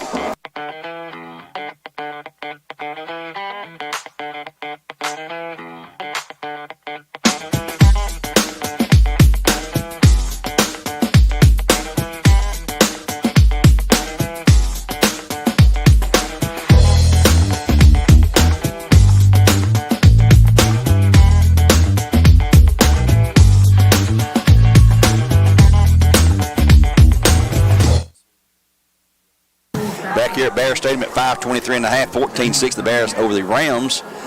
The Rams will have the ball starting the third quarter, but we got still 5.5 minutes almost here. The Bears would like to drive it in for another score. And back deep is going to be Tay Sheehy along with that didn't take very long. Tay Lindsay and Ollie Scott. We get 70 yards in one play. Yeah, 79-yard drive in 3 plays, 70 of those coming on that long run by Cunningham, and he is a freshman, but boy, those 2 freshmen are good. Yep. They're speedsters. Here comes a kickoff coming in by Lucas Thomas, number 77, a big lineman for the Rams. He is set. He'll approach the ball.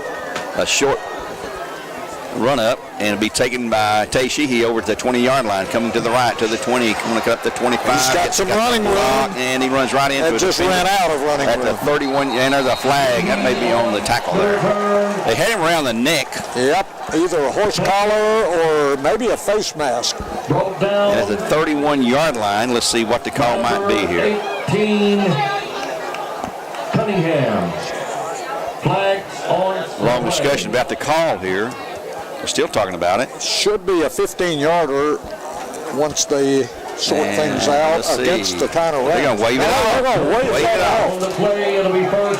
I don't understand that. So the ball's at the Bear 32. They'll have first and 10. 5:14 to go. And Bradley with all 3 times out left. Bears up 14-6. Trying to even the record at 1-1 on the young season before they head up the road to the first region game of the year against Maryville. Cash Bandy fakes the handoff, gives it up now to Ollie Scott. He'll be no gain, 2nd and 10. He hit him in the flat, but there was no gain on the play. I'm sure Bradley has probably simplified what they had earlier, like they did last week when Tyler Cook was a starter. They had a different offensive scheme. Coach told us, you heard on the interview, that they had to sort of reel it in a little bit with the two freshmen, and now with a new player this week, new to the team totally. And here comes the next snap. Bandy now looking to the sidelines. 2nd and 10 at 32, clock running at 4:37 to go in the half. Tyner's band did get here tonight a little bit late, but they're across the way. And here's a snap to Bandy. Back looking. He's going to throw it long down the field. He's got a guy out there. He's got him out there. Oh, Let him a little too long. And boy, he had him out there. Nice throw that time. Mason Mason couldn't catch up to that one. Out through the receiver that time. 3rd 10 coming up for the Bears. That'll stop the clock at 4:23 to go.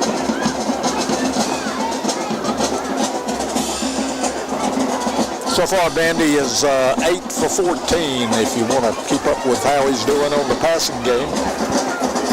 We'll have our stats at halftime brought to you by Waste Connections. And another pass coming up out in the flat is going to be complete this time to Stovall. That'll be a first down. Yes, it is at the 45. First attempt of the Bears from the 32 to the 45, a 13-yard gainer. Nice quick hit pass that time. And Stovall tiptoeing just inside the out of bounds marker. Reel that one in.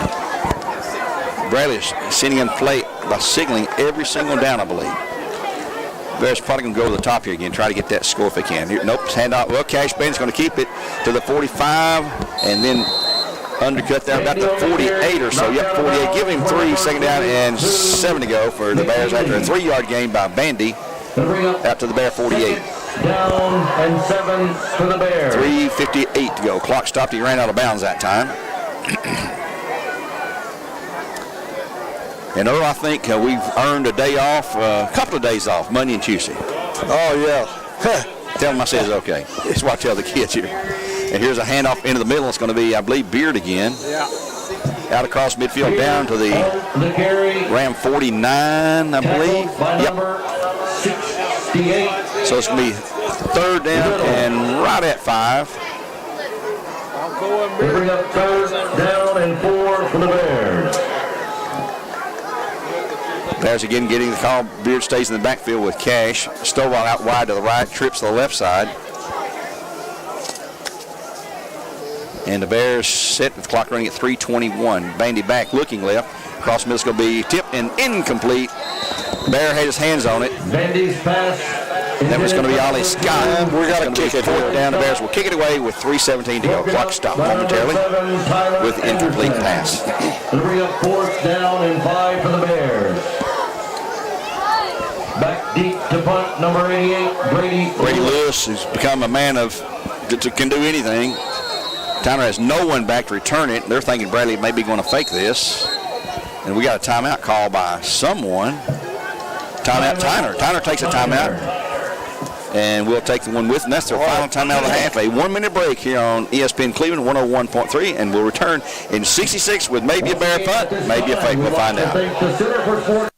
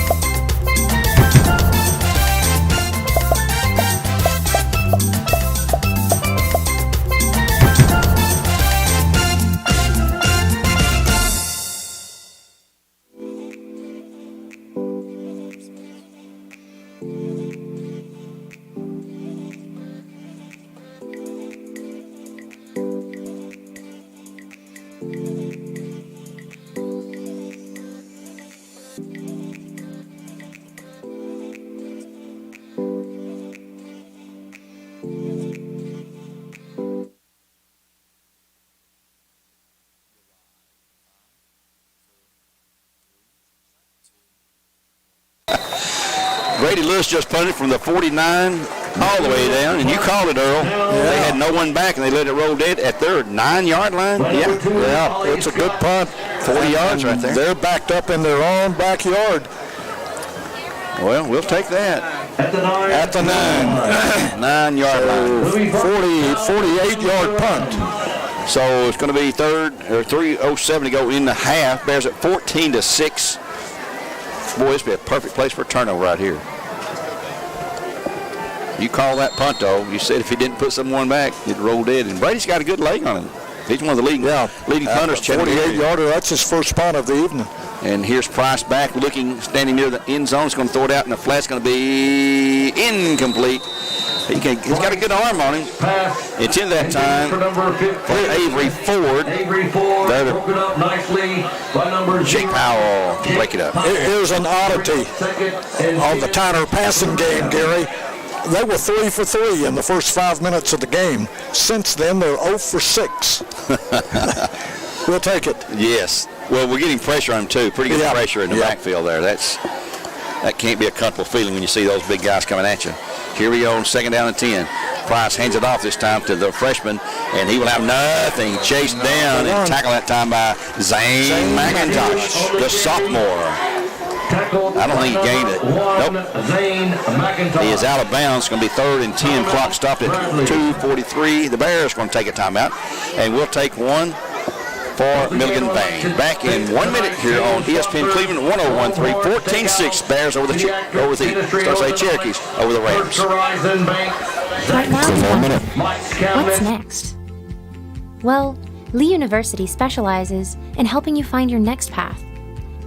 Your education, your calling, your faith. Wherever you feel led, we know you can make a difference. That's why your Lee family will be with you to guide the way. No matter what twists and turns lie ahead, you can expect something great from Lee University. McDonald's is honored to serve our communities. McDonald's would like to give the opportunity to come join their team at one of their 11 locations.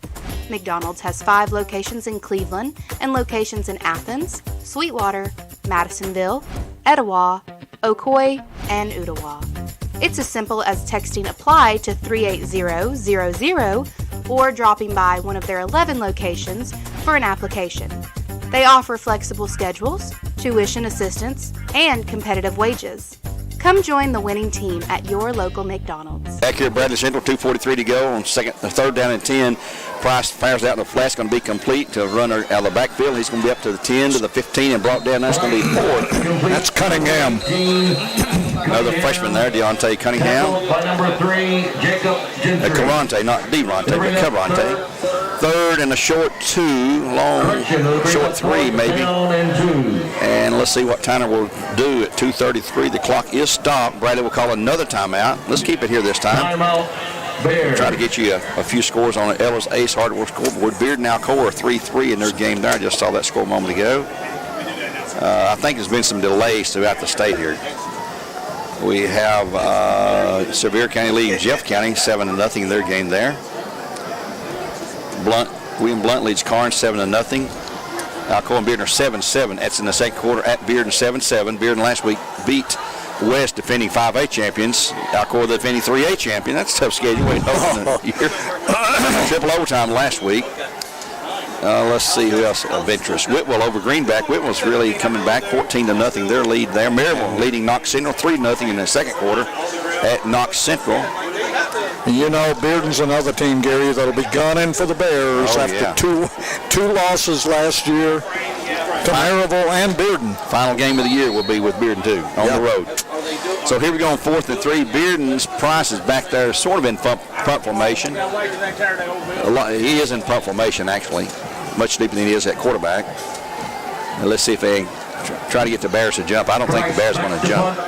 He's going to run it. He's going to throw it. It's going to be complete for a first down that Number time. 4. To Christian Green. Christian Green. From the 17 to the 22, I believe, and it would be a 1st and 10 for the Rams at 2:26 to go. They have no timeouts remaining. The Bears have 1. Jacob Gentry. Bears are hoping to hold them and get the ball in decent territory and have a timeout remaining. So Jacob Gentry on the tackle that time for the Bears. So here they go on the spread offense again. Twins left side this time for the Rams.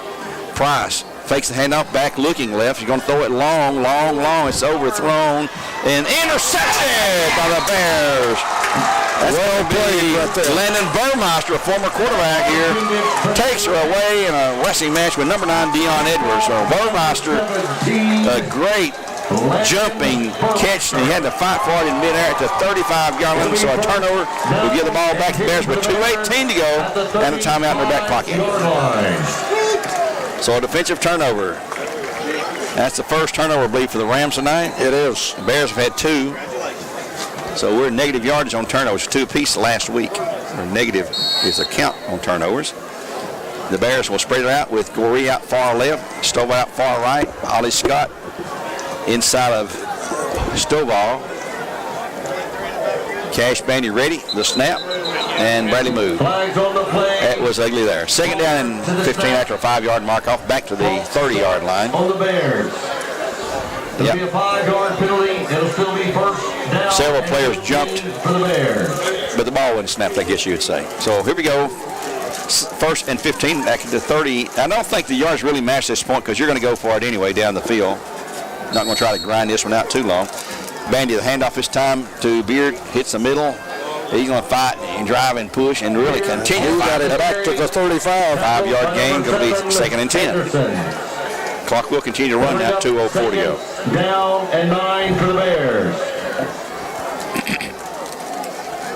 And got a Tyner guy down. He's back up though. Josiah Sutton down momentarily. Bears quick to the line. Trips left side. Bandy hands it off in the middle. He'll lose yardage. That's going to be Beard again. Boy, smell that one coming. Going to give him forward products to the 34 at 141. It's going to be loss of a yard. Third down, 11 to go. Tackled by number 75. Moore. It'll bring up third. Moore on the tackle for the Rams. We're at 1:27 with the clock running. The Bears at 14-6. 14-6 Bears on top of the Rams. Again, trips the left side.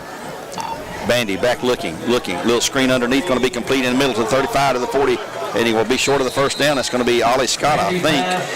Complete to number 5. No, it's Mason Goree. Mason is down. It'll bring up fourth down. He is down, holding his arm or shoulder. Officials timeout. And official will take a time, and we'll take a timeout for Milligan Vane. Back here, and let's take 30 seconds right now. 30-second timeout at 1:05 in the half. 14-6 Bears up over the Rams here on ESPN Cleveland 101.3. Warrior Games supplied to you by Wholesale Supply Group. Back in 30. At your Geico local office, we know that time flies.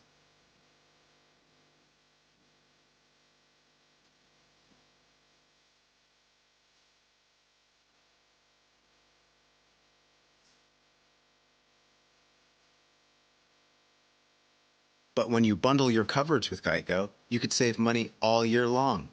Contact your local agent to get personalized service and even more savings. 1:05 to go here in the half now. The injured player number 13 is off the field, Josiah Sutton. Trainer's ran out real quick, and he's up walking under his own power, but he's walking really, really slow. And he's holding his arm, his right arm, I guess it would be. That's Josiah Sutton, senior at Tyner. 1:05 to go in the half. The Bears will have it 4th down and 1 to go. And they're not going to punt it. You count on that. Let's see how they line up here. Brady Lewis will be in the backfield with Landon Scott. We don't have, unless they're going to shift into punt formation. He is in the shotgun formation that Brady Lewis is. Yeah, he's going to run it. And he will take the snap, and he will run it, and he will get the first down and more to the 50, to the 45, to the 40, to the 37. Marked out of bounds. 1st and 10 for the Bears. And Cleveland Ford from the 44 to the 36, they're going to place it down. 36-yard line. 1st and 10 for the Bears. 58.6. The Bears still have that one timeout remaining. 20-yard run. Yeah. On 4th and 1. We need to get a score here. Everybody feel much more better on this side of the stadium anyway. The snap. It's going to be a handoff in the middle. That's going to be Beard on the carry. Short yardage down to about the 35. Give him a yard, 2nd and 9. Clock running at 49.6 to go. They're going to have to throw the ball here. It'll bring up 2nd and 9 for the Bears. David Paisley, brother of Will Paisley, on the tackle for the Rams. Bandy set. Back, looking. Pass out in the flat's going to be incomplete. That was actually a lateral to Beard.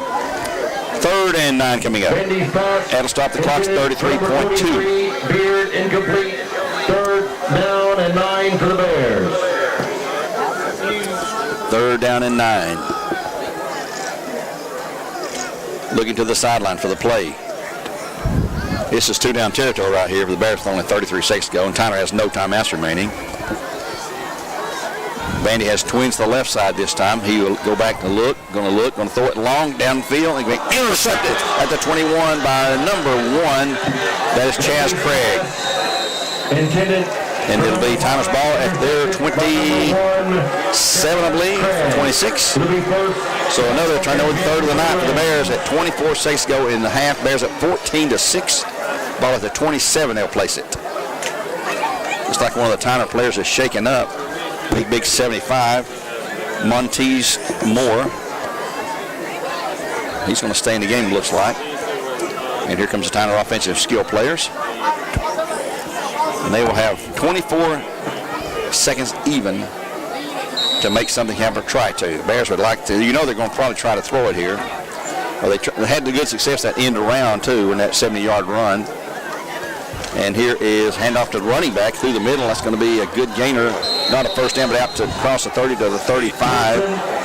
To the 36. A quick clock at 12 seconds to go. It's running at 9. They can't stop now. They're going to down the ball. It's going to be 3rd down. Going to bring up 3rd and 1 for the Rams.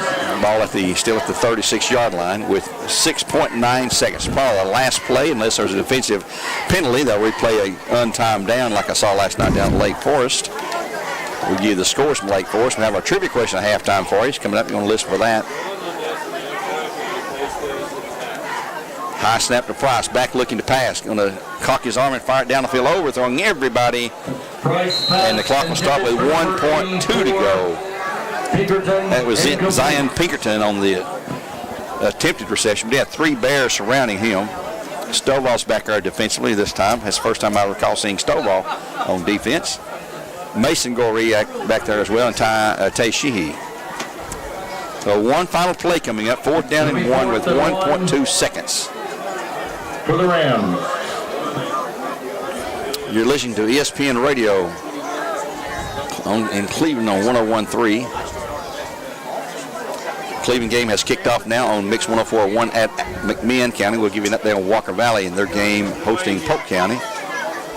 Long look to the sidelines, a long look, and there's a delay of game as the clock runs down. Yep, flag on the play against Tyner. First flag we've had in a while for L&B Appliance, but nevertheless, a 5-yard mark off makes it 4th and 6. It looked like they were intentionally taking that. Yeah, they were in no hurry, that's for sure. Wasn't going to punt it. Although their quarterback is their punter, they could, if they choose to do that, let him drop back. So he's in the shotgun formation, in I formation right now. Put a man in motion right to left, hand off to his running back, and he will get to the wide got to put him right down. side.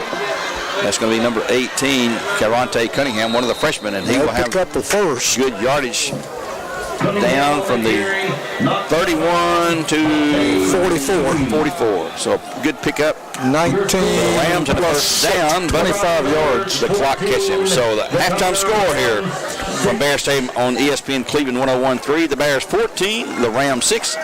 We're going to take a 2-minute timeout, and we'll be back with more coverage. Our trivia question, our halftime stats on our South Fanana halftime show.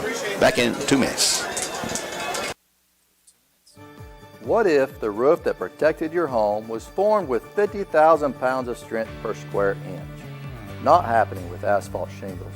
Guaranteed with metal roofing from Best Buy Metals. Our permanent steel roofing is beautiful, competitively priced, and lasts a lifetime.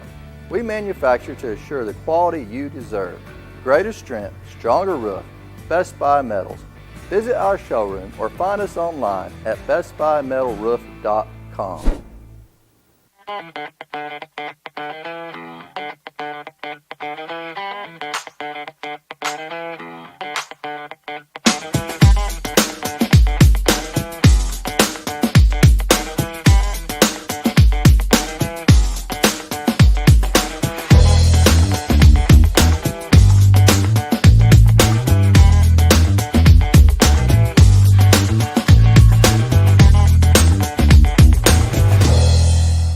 McDonald's, we're making changes every day to serve you better.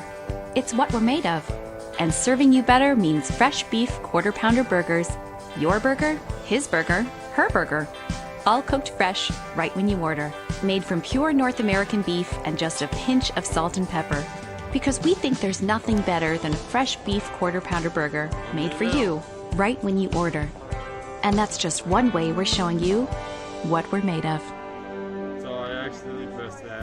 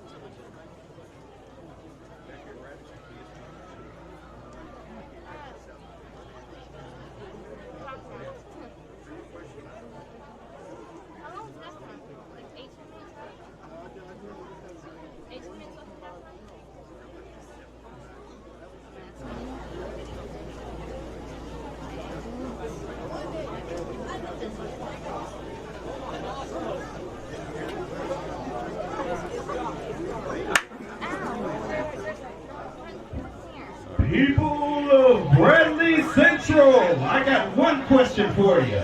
Are you ready? Let me hear you, Bradley Central. Are you ready? Well, boys and girls, people of all ages, it is my pleasure to present to you a sneak peek of the baddest band in the land, ran by Maestro herself, the director of bands, Joy Lee Wallabombs, and bringing you the musical stylings of Flow Rider, T-Pain, and Chattanooga's own Ursher, baby, featuring the oh-so-pretty Prancing Pearls and everybody's favorite flag team, Sophisticated Silk, head drum major, Denari Parks.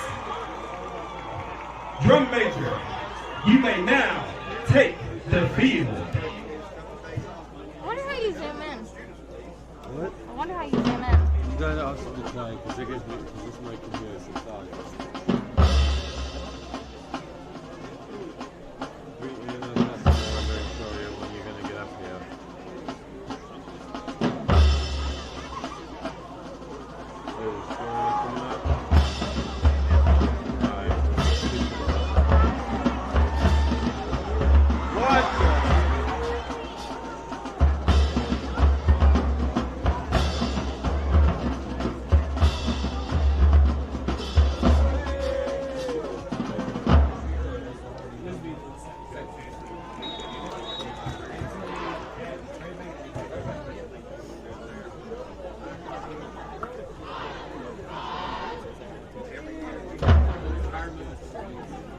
You see this right here? There's your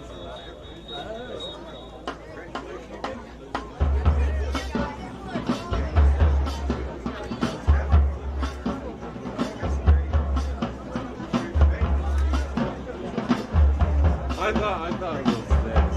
That's the camera cable. That's what they told me was this.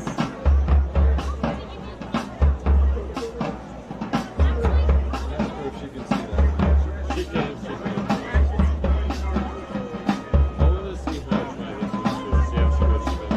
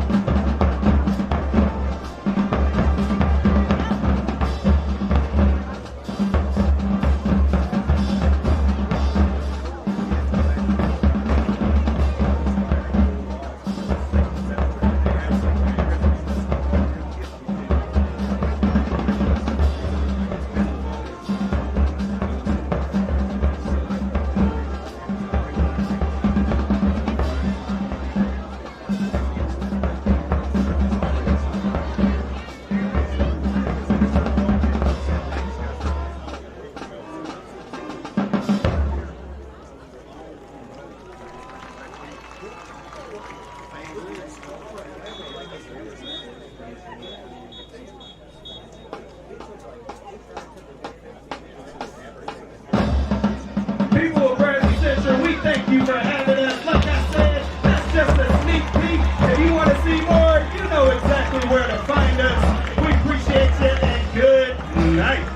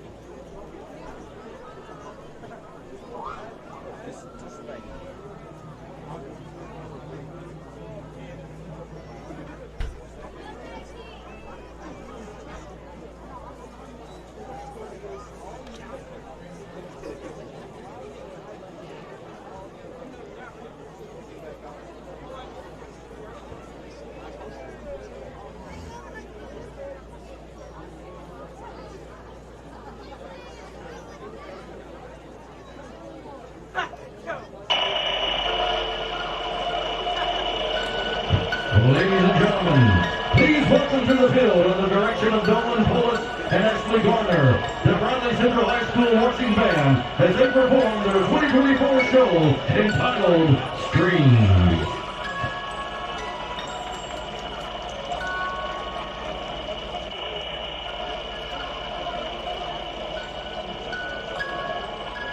I'm going to switch to a few as individuals. If you want to use my camera when you go after that, I'll find somebody else.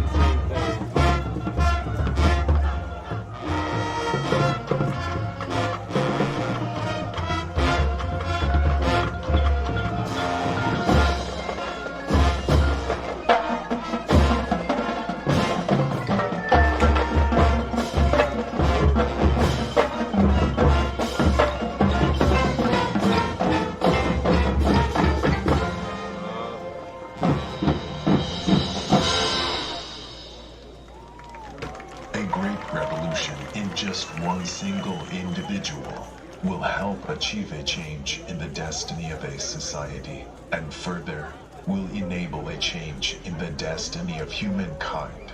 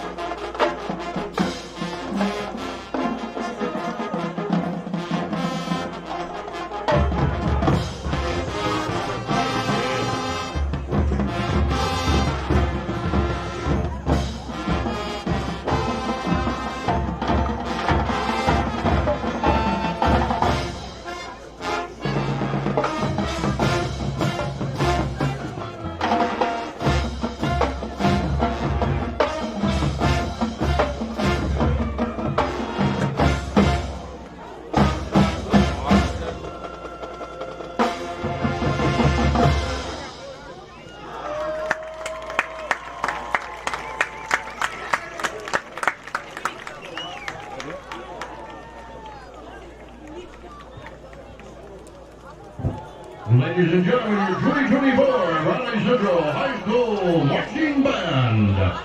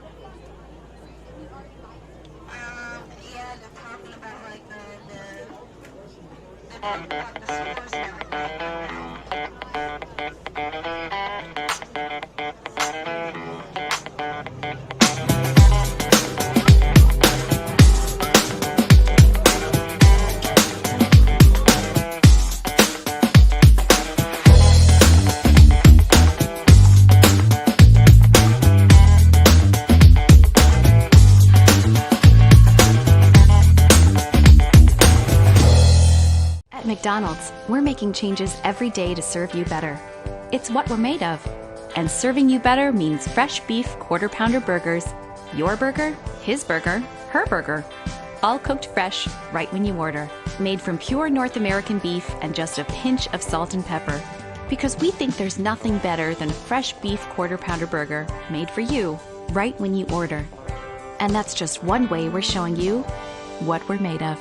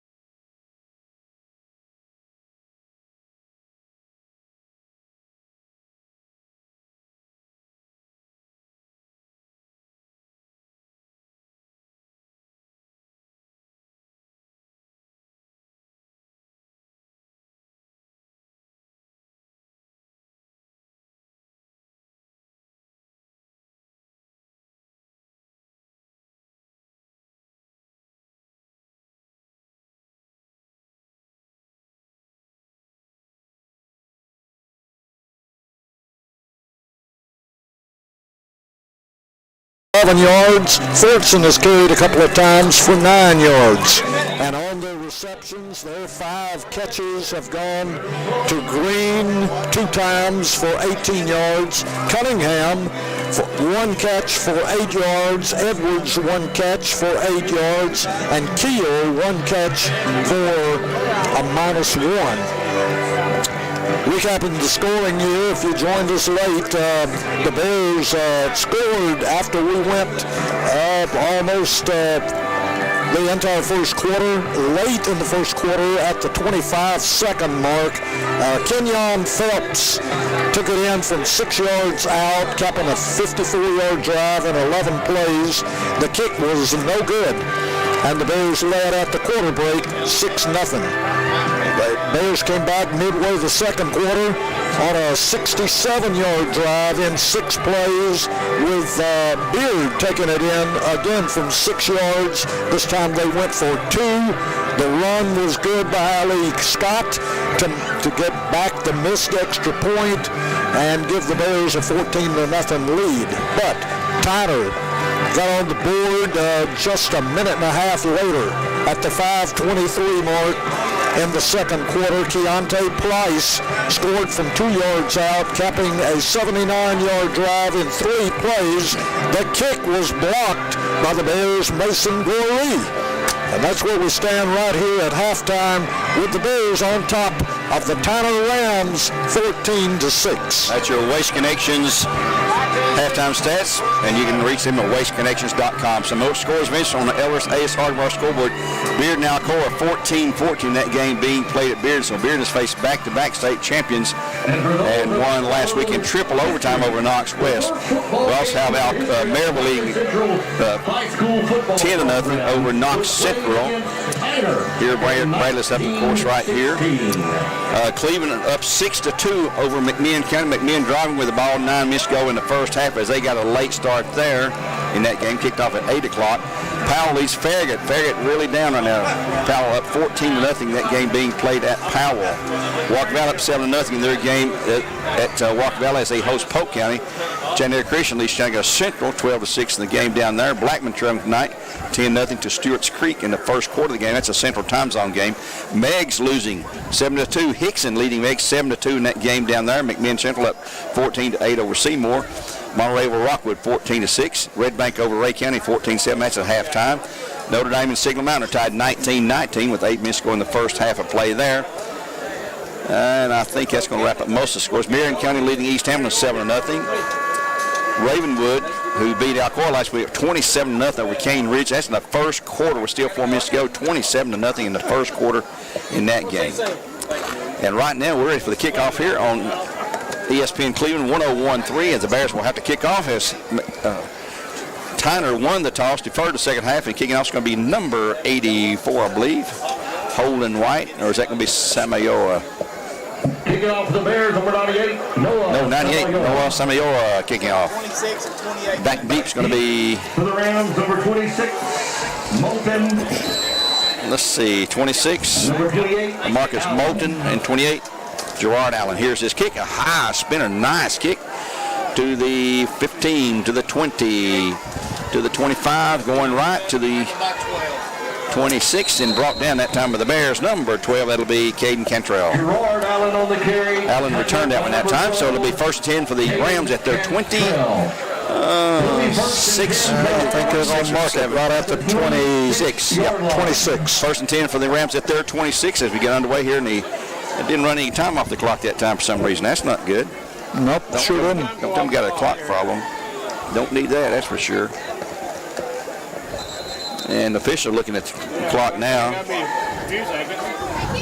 And now they're going to, well, I don't know what they're going to do. They're going to hold that ball. They're down here trying to get it going. I see the timekeeper on the sidelines down there now. And goodness, we don't need this. Take 5 seconds off.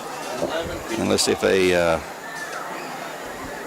going to set the clock to 11:55 in the press box, but let's see if it's working. They have to send the guy up here to run the, yep, they're going to send him up here to the press box, I think, to run it. What are we doing? Because the plunger's not working, so he's going to have to sit. He's going to have to sit there, I believe. Well, Just need a battery. He's going to have to go all the way around the end zone to get up here because he's got the gate right down here blocked off and locked. So he's going to come up here to the press box. At 14-6, the Bears on top of Tyner. Next week we'll be on the road to Maryville. Join us at 5:30 for the pregame, 7 o'clock for the kickoff from Maryville. And our first conference game of the season. Be back then for a non-conference game here at Bradley against Walker Valley. So a lot of good games coming up for you here in the next few weeks. Hope you heard Coach Mr. Patrick Spanger, our principal here. He coached along and all we knew him as a player and a coach here at Bradley. So here comes the official into the press box. Walker Valley 14, Polk County 0. And we'll get the play underway here in just a moment. It's going to be 1st and 10 for the Rams at their 26-yard line. Another score of interest, Cleveland 6. And Men 0. Yeah. I want to have 2 guys working the clock here. One running the clock and one working the yardage and all that good stuff. And he's indicating that his wireless clicker down there you use on the sidelines is kaput right now. So here we go. The Rams 1st down and 10, their 26-yard line. Trailing at 14-6 of the Bears. Price, the quarterback, back looking left, those left ball. It's going to be complete on a short pass. It's going to be caught that time by John Edwards, and he'll have a 1st down out to the 40. Complete to number 9. Looks like he'll put down to the 44.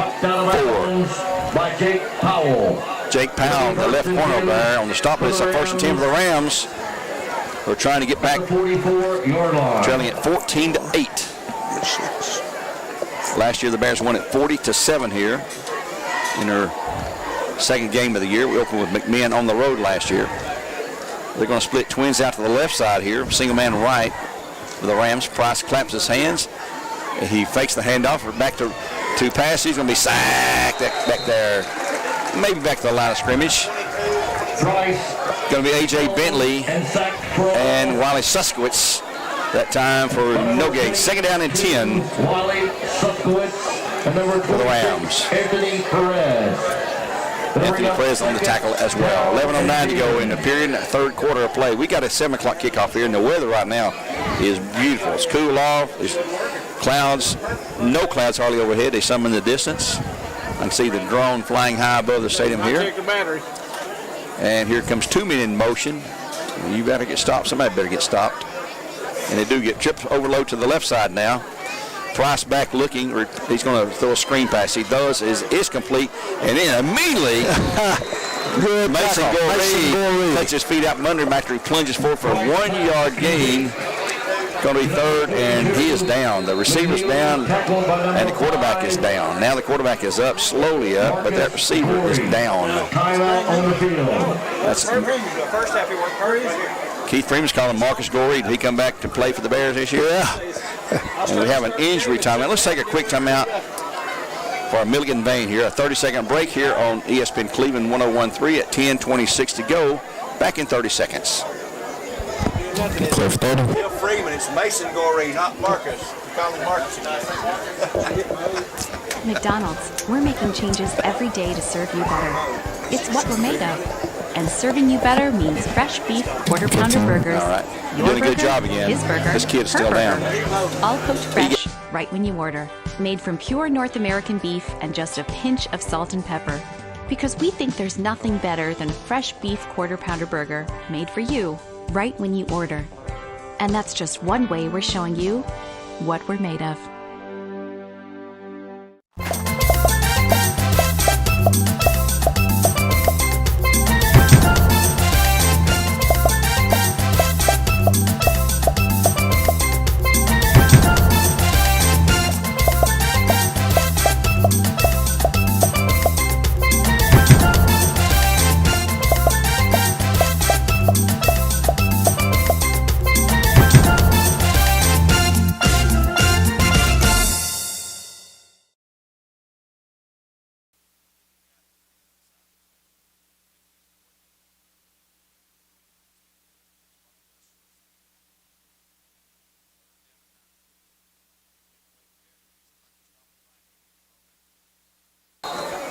Tyner shown they're capable of some explosive plays, though.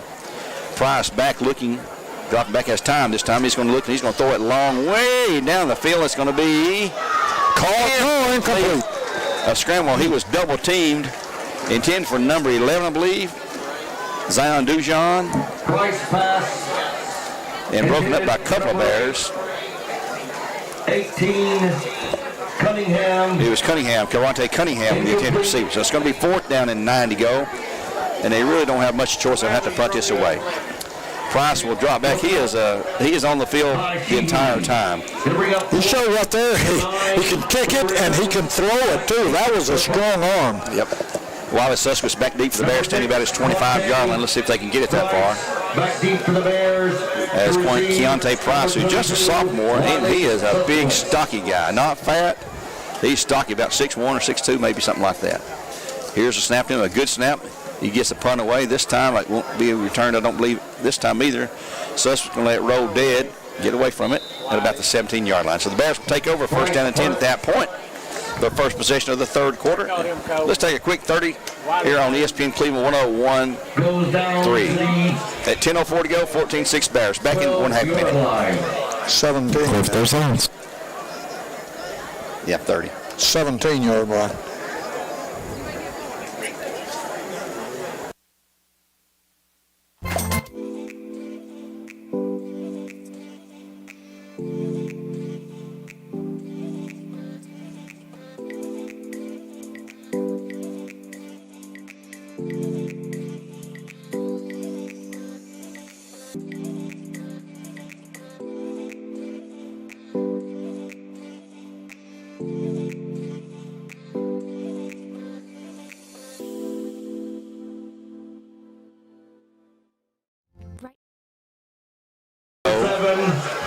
The Tyner player comes out of the ball thinking he has taken the possession, but they've already ruled it dead. Yeah. But he's celebrating good. Yes, he is. Tyler Anderson, the backup quarterback. He stand down near the 10-yard line signaling our ball. That's the first big play he's made all year. But you know what? Those guys in striped shirts have final say. It's going to be 2nd down and 5 to go at the 22-yard line for the Bears. Twins left side, single man right, way out here. Stovall, it looks like. And man in motion left to right. Here is the fake again, handed off to Beard in the middle. He'll have short yardage, if anything. Beard on the carry. It'll be 3rd down, maybe a yard. It's 3rd and 4 to go. Give him one. Number 68. It's going to be a Tyner player whose number we don't have on our roster. Jacqueline Little. It'll bring up 3rd and 4 for the Bears. 68. Jacron Little, we believe. So on 3rd and 4, big play for the Bears to keep possession here at 8:52. The clock is running. The Bears at 14-8 here in the 3rd. Walker Valley at 14-0 over Polk County in their game, 2nd quarter there. Here is a handoff to the end around this time. Trying to get upfield, and he will be, well, he got the 1st down, I believe. Yes, he sure did. That's going to be Ollie Scott on the end around. Out to the 30, just across there, maybe the 31. 1st and 10 for the Bears, and Cleveland forward at 8:36 to go. At the 31-yard line. So Ollie Scott, a nice end around play there. Mason Goree, Ollie Scott out wide to the left side, Stowe off to the right. Beard in the backfield with Cash, Bandy. Bears leading at 14-6. That was our halftime score. Beard in the middle. He works to the left side, and he is hard to bring down. He'll have short yardage, maybe a yard. He'll be 2nd and 9, brought down to 33. Also in the tackle, number 1, Chaz Craig. Chaz Craig on the tackle for the Rams that time. 2nd down and 9 after the short 1-yard gain. And Gary, Joe just showed me Cleveland's gone up 13-2 at McMahon. McMahon has a safety. Yep. And at 7:44 to go. Clock running here in the 3rd. Twins each side to just go around. Beard with Cash.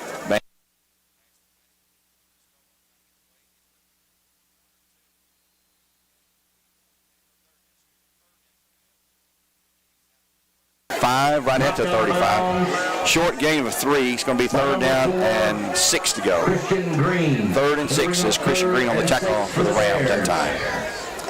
He did get out of bounds to stop the clock. Stovall, a senior. He is a D1 basketball prospect. Tall, lanky, 6'7". Looks like Ollie Scott to the far side, left side. They're going to check off again for the Bears. the Bradley Concrete Lamcon play clock's down to 3. The snap is away, though. It'll be in the middle. It's going to be Beard for a short gain. It's going to be 4th down. Beard on the carry. He only got, well, let's see, he's out to the 37, 38. No, 37, I believe. It's going to be 4th down and 3 to go. And the Bears have a man down. Let's see if he's going to be down for a while. Timeout. Rolling over, it's going to be number, I think it's 63. That's our center, I believe. 60-something. Is that 63? 53. 53, yeah. That's Timmy Gay, a sophomore. And while he's down, let's take a break for Milligan Vane. We'll be back in 30 seconds here on ESPN Cleveland, 101.3. 7:15 to go in the third, 14-6 Bears over the... Right now you're wondering, what's next? Well, Lee University specializes in helping you find your next path. Your education. Your calling. Your faith. Wherever you feel led, we know you can make a difference. That's why your Lee family will be with you to guide the way.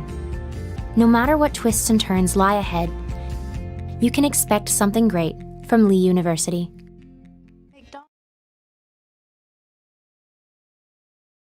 7:15 remaining in the third. The injured player is Timmy Gay for the Bears, an offensive lineman. He's still down at this point. Bears up 14-6. 7:15 to go in the third.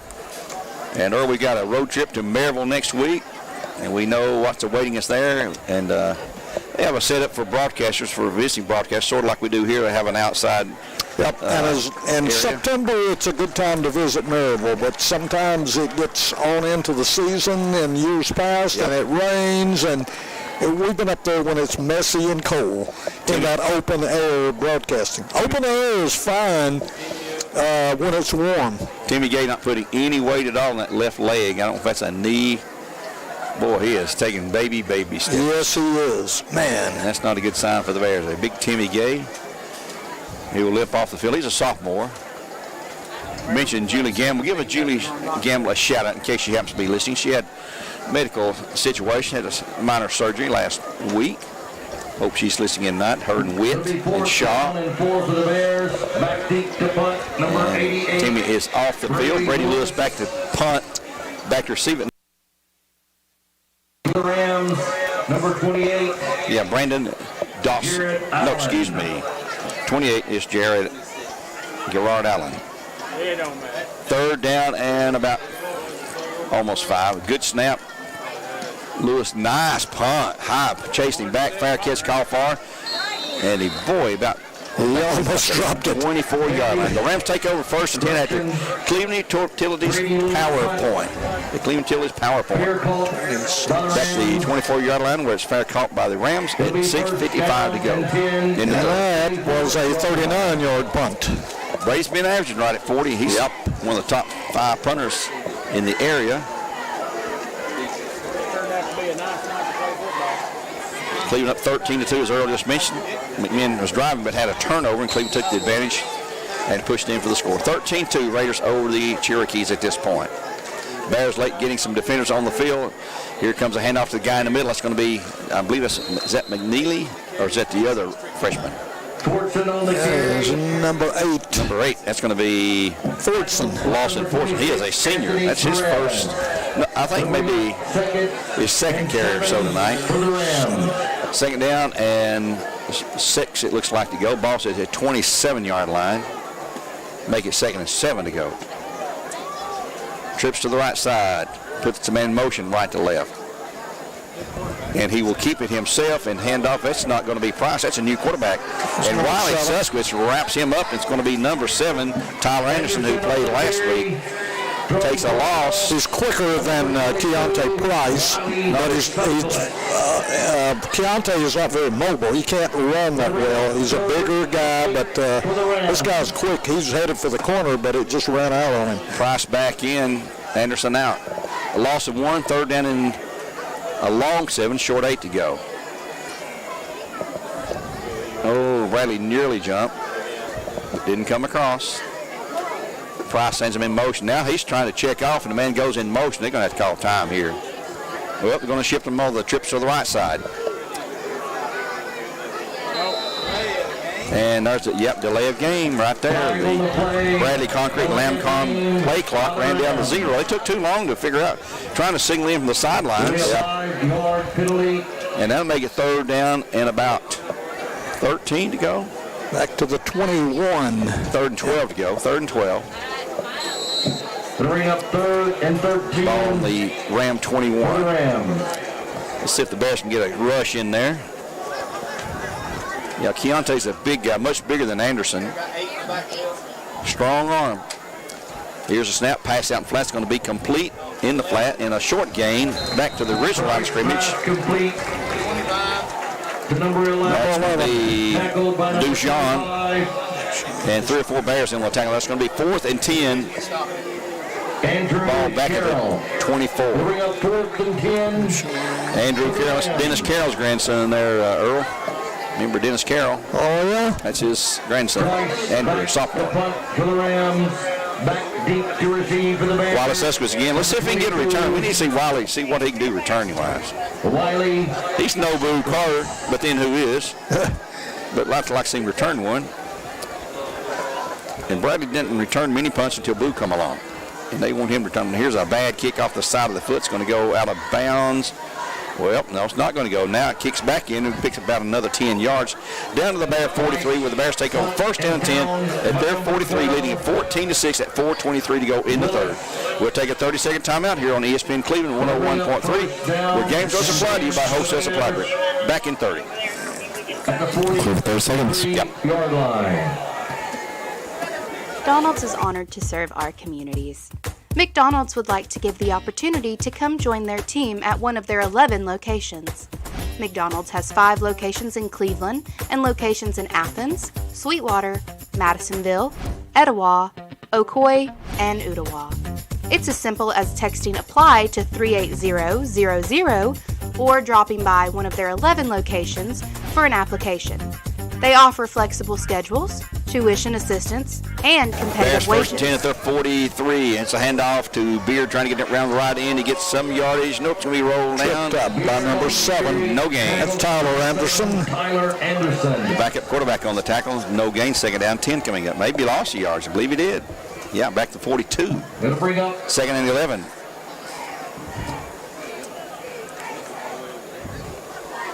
Sure is. Is that a flag? Oh, I believe it is. And Tyner saying we want the penalties. That's going to be on the Bears, probably for holding.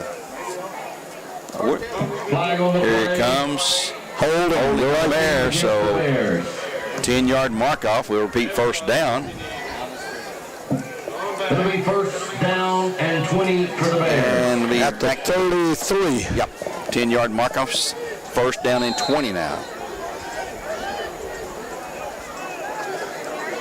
Cash with Beard still in the backfield. Beard's been the runner tonight, and there's a fumble, and it's kicked away by Beard. He falls on it. It's going to be 2nd down and long. Fumble on the play, recovered by Beard. Fumble on the exchange. We're going to lose a couple of yards on that.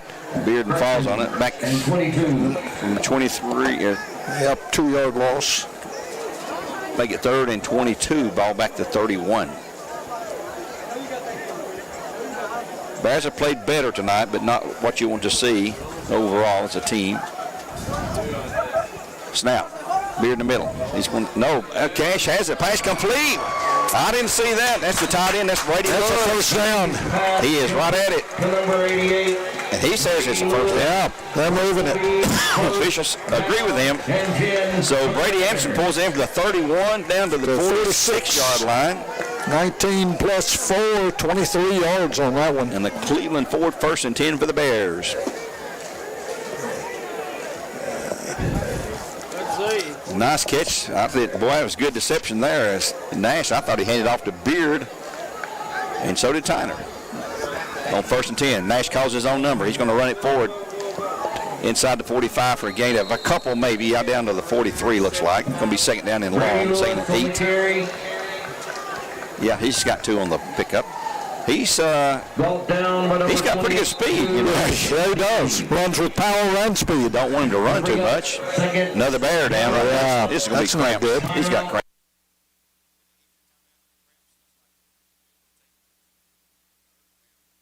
6 is a Milligan Vane timeout. Back in 30.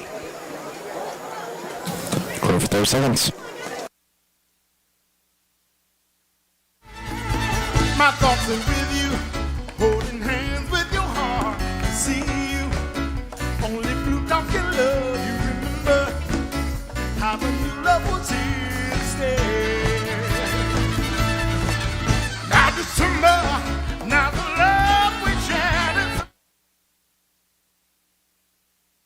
Made that big reception as it helped off the field under his own power. Yeah, he's walking. That's a good sign. Yeah, he had cramps. They stretching those legs out as you get these heat cramps this time of year. Although it's really cool off night in the lower 80s. With 2:41 to go, second down and 8 for the Bears. Coming up at the Ram 44. Bears at 14-6. The snap. Cash hands to Beard. He'll plunge in the middle. He'll be down to about the 45. Boy, he's running hard, or 40-yard line.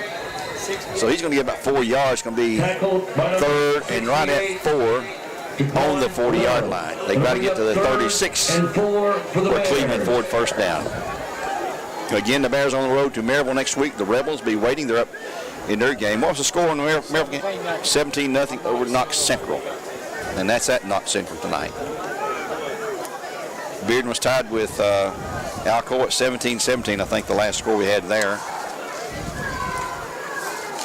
Cleveland was up 14-2 in their game, or 12-2, I believe it was. Bears set, third down and 4 to go. Snap. Nash. Cash back looking. Ball's complete, and we got a first down. I believe it's Ollie Scott, number 2, wasn't it? I think you're right. Down inside the 35 to the 34. Be a 1st and 10 for the Bears and Cleveland Ford. Price pass complete. Yep. Ollie Scott. To Ollie Scott. At the 34-yard line, 1:40 to go. They'll crank the clock. Here in the third. Bears 14-6. We're looking for Damon Floyd to get that record-setting win. Yeah, I'd forgotten about that. If he can get it here tonight, it'd be fantastic. A day after his birthday, even. And here's another plunge in the middle. Down to the 20 or 31. 3-yard gain, second down and 7. And second down and 7. That was Beard, and he gets up limping off the field. Going in for the Bears will be number 4, and of course that is Kenyon Phelps. Another strong runner. Damon said this is the strongest group of running backs he's had in his tenure. Now, he hasn't had a Jay Altera, that kind of runner, but he said we don't have that stud, if you heard the interview earlier tonight. We got a very deep group of running backs. Cash Bandy going to the end zone. He's got Stovall out there, and he's going to be interfered with. And in front of him and interfering with the ability to catch the ball is going to be called on Tyner. That'll be a 15-yard mark off an automatic first down for the Bears. I don't think it was on Tyrese. No, he was double teamed and they bumped him. So mark off. Oh, that's going to be 15 yards. That's against the Bears. Against the Bears? That's what they're marking off against the Bears. So they call that offensive pass interference. Sure offensive pass interference against Stovall. Yeah, I thought it may go that way. 15-yard mark off. So evidently he was disgusted at being double teamed. Back out to the 46-yard line. It'll be second. And they've got to get to the 24. 46. So it's 22 to go for a first. Long yardage. Oh, Bradley jump. There's 5 on the Bears. 5 more on the far side. Stovall jumped out of the receiver position. 5 more yards. Going to be second down, about 30 to go. Yeah. The game is not over, guys. 43.4 seconds now. In the long third quarter. 43.4 to go. They'll crank the clock. They got the sideline thing working for the clock, by the way. I'm sure that was a problem everybody was worrying about. Cash Bandy back. He's going to rip and throw it long down the field. He's going to throw it over everybody. It's going to be third down. He's got an arm. Yeah, he's got a strong arm, but sometimes he's a little bit erratic on his long stuff especially. So third and forever. Ball at the Bradley 49. They've got to get all the way down to the Ram 24 for a first down. If we can get a big chunk of this back, we might go for it. Get down to where we don't have to punt at least. Yeah, he's going to have to air it out again here. Yep. Let's try a little screen across the middle. He's got Ali coming off this and Mason Goree, both on this side. Trips to the right side. Cash set. The snap. Back. Throwing out in the flat. It's going to be complete. Oh, and it's going to be, a good run that time by the Bears. And it's close. Nope, he's getting back to the 10. Kenyon Phelps. Oh, Lord. Kenyon Phelps on the catch that time, down to the 35.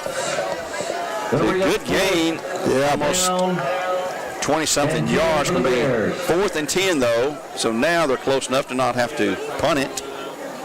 And I believe we've got the end of the third period. So after 3 periods of play here on ESPN Cleveland 101.3.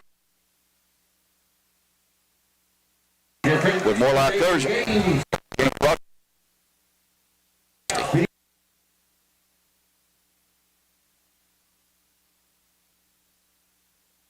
Metal roofing from Best Buy Metals offers the long life of a kicker with the strength of a linebacker. It's the easiest decision since the time you had to pick between watching the Super Bowl or professional bowling.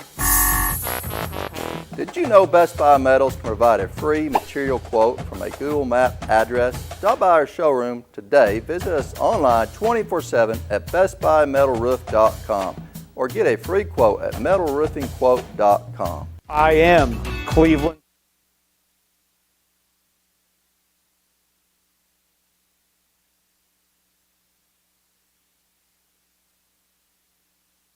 Provided?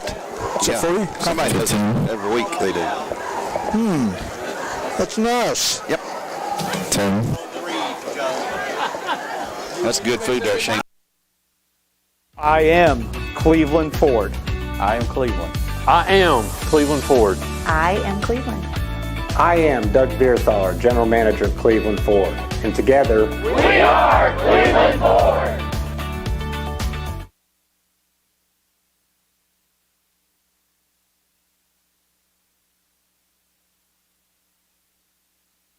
Mason Goree, Chaz Craig, man. Ball goes over and downs to the Rams at their 34-yard line. The Bears up 14-6 at 11:55 now in the game with the clock stopped. It's been a hard-fought game for the Bears and the Rams. And we've not had, I probably shouldn't say this, near the penalties we've had like the first half. Nope. So it's on me if we start having those. I don't think anything I can say influences any game. So it's like the no-hitter, They're afraid to talk about no-hitters. Like them talking about it can end it. No, that's just silly. Yep. So here come the Rams with Price still at quarterback. In his backfield with him right now is number 18, Karante Cunningham, a freshman.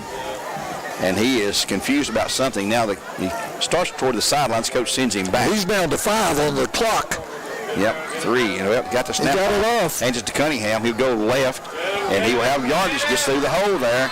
Out across the 35 to the 40 and on to the 41 maybe. No, they're going to mark him right at the 40. So it's a gain of 6. 2nd and 4. Bears really, really need to hold them on this drive and not let them get something cranked up and be successful here. The Bears just up by 8. 2nd down and 4. And Burmeister had an interception earlier, made that tackle that time. Hand off the man in the middle in the backfield. He'll have a short yard. It's going to be 3rd down. And that's going to be, I think, the same. Cunningham again. Again on the carry. Tackled by number 33. Jacob Gentry on the tackle of the Bears. A.J. Bentley. And A.J. Bentley. 3rd and 2 after a 1-yard gain that time for Cunningham. As we roll under 11 minutes here in the 4th period of play.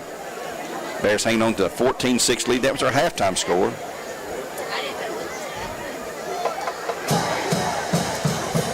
And the Rams will bring it out with, they huddle up each time. 2 men to the right, single man left. Price turns around, hands it to his running back. That's going to be McNeely, and he's going to be hit. He gets away a couple of times, and he will not go down. He's got the first down. Sure does. The 45 to the 46 or so. Will be a 1st and 10 for the Rams at that point. They had him hemmed up close to the first down marker, but he couldn't quite put him down. They had him cornered. He's quick. He went back to the middle and picked up the first down at the 47-yard line. B. McNeely, a freshman. They've got two of those in the backfield. Both are very, very good and very fast. Price looking left, fires out in the flat. It's going to be complete and brought down immediately for a very short gain, if anything, by the Bears' number 26.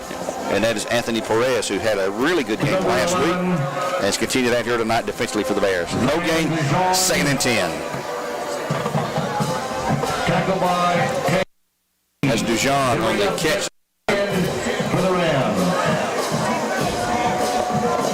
And 2nd and 10 coming up. Tyner looking. Price going long down the middle. It's going to be incomplete. Had a good shot at it, but it was passed a little bit off, defended for the Bears that time by Landon Burmeister again. And Christian Green intended to receive, and he gets up slow, and he's going to walk toward the sidelines. No contact with the defender on the play, I don't believe. 3rd and 10 at 9:37. The clock is stopped momentarily. Same set for the Rams. Price clapping his hands. Now they look to the sidelines to change a play. Play clock's at 15 for Bradley Concrete, Lamb Con.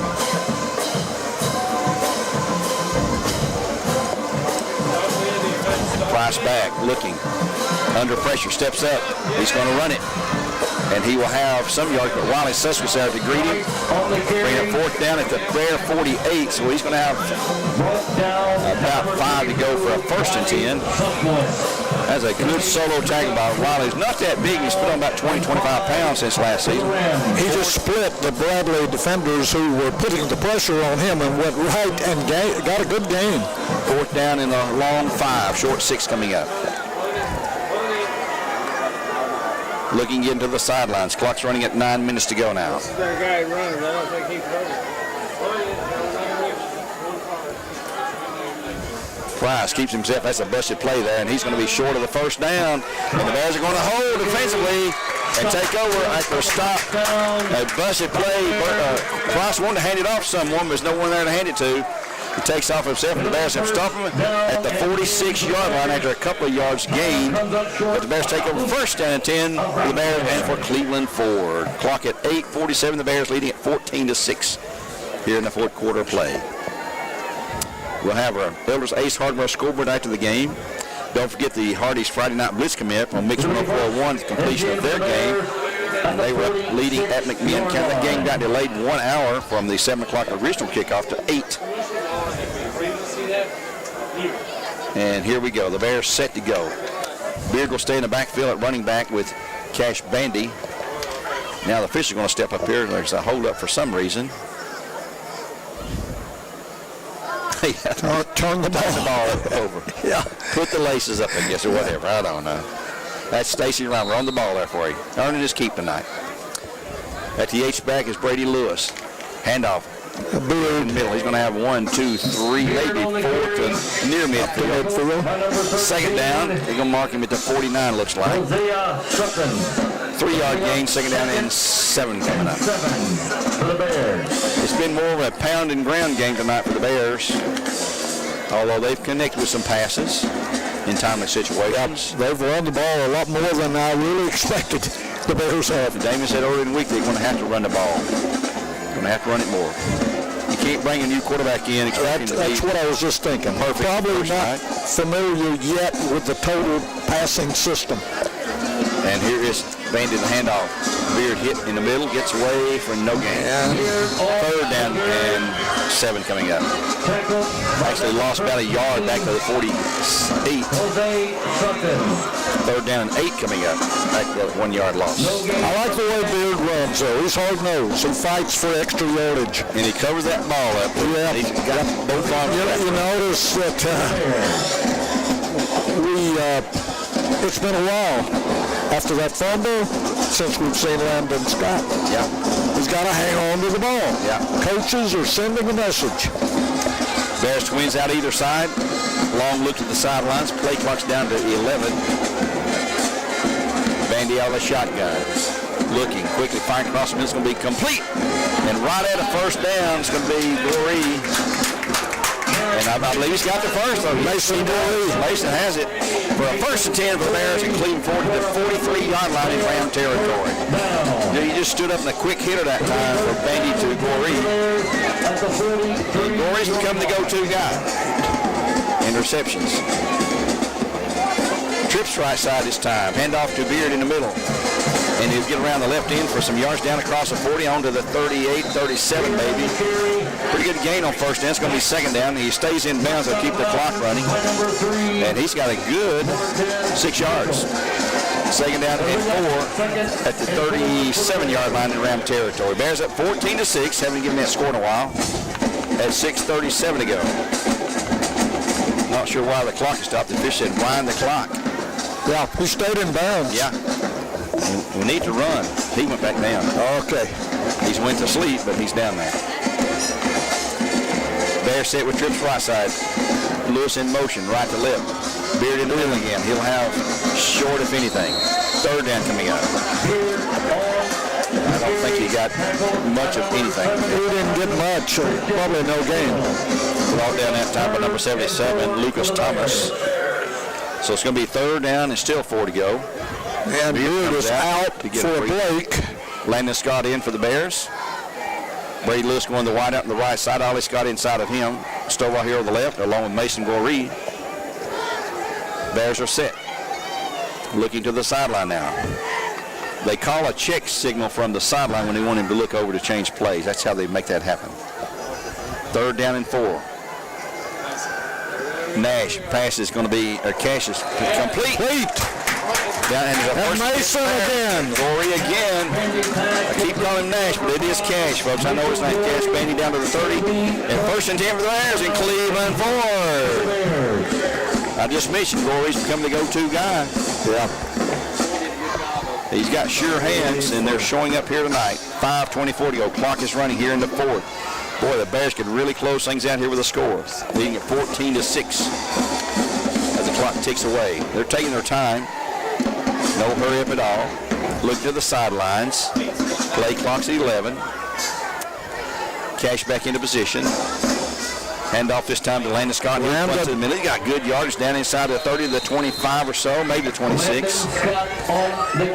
Let's give him 4 yards to the 26. Close to 5. It's going to be second down, and let's call it 6. Going to bring up 2nd and 6 for the Bears. 4:44. Clock is running. Let's use about 3 or 4 or 5 more plays. Need a couple more minutes to get a score here. Touchdown score. 8-point lead for the Bears right now. Again, a long look to the sidelines. I think they're delaying the sign on the sidelines just to run some time off the clock. Play clock's now at 7. Bears are set. Cash has it. Goes to Scott again in the middle. He's down across the 20, running hard down to the 22 or 21. Going to be third down, but short. Landon is well rested, and he's got those legs turning. Third down and a short one to go. It's all the way down to the 22. And we roll under 4 minutes now. 3:59 to go. A short yard to go for a first down now for the Bears. As the Tyner band fires it up over there with the Bradley team right in front of them. Cash on the handoff. That's going to be Beard back. He's going to lose yards this time. Going to lose 2 or 3 yards. Back to the 23. Yeah, he's going to lose 2. It's going to be 4th down and 3 to go. Chaz Craig, he has had a good night defensively for the Rams. Clock keeps running at 3:22. 4th down and 4. You know they're not going to punt it. I don't think you go for a field goal. I believe they're going to go for the first down. Going to take a long look. Remember 3 minutes to go when they snap this because the play clock's at 25. The game clock's at 3:09. Be under 3 to go. And they may see if they can invoke a offsides here. And they may just run the clock down and call time as well. Play clock's at 6. No attempt at all to go to the line of scrimmage. The Bears going to call time, and there's a timeout call by Coach Damon Floyd. At 2:46 to go in the game, Bears 14-6 over Tyner, and a Billigan Baines timeout. We'll be back in 1 minute on the ESPN Cleveland 101.3.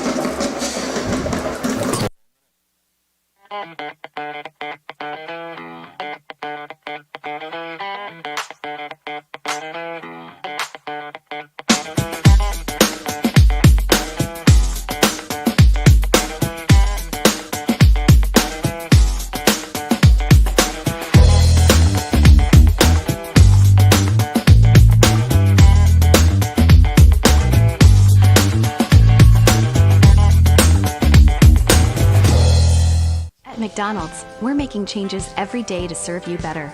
It's what we're made of. And serving you better means fresh beef quarter pounder burgers. Your burger, his burger, her burger. All cooked fresh, right when you order. Made from pure North American beef and just a pinch of salt and pepper. Because we think there's nothing better than a fresh beef quarter pounder burger made for you, right when you order. And that's just one way we're showing you what we're made of.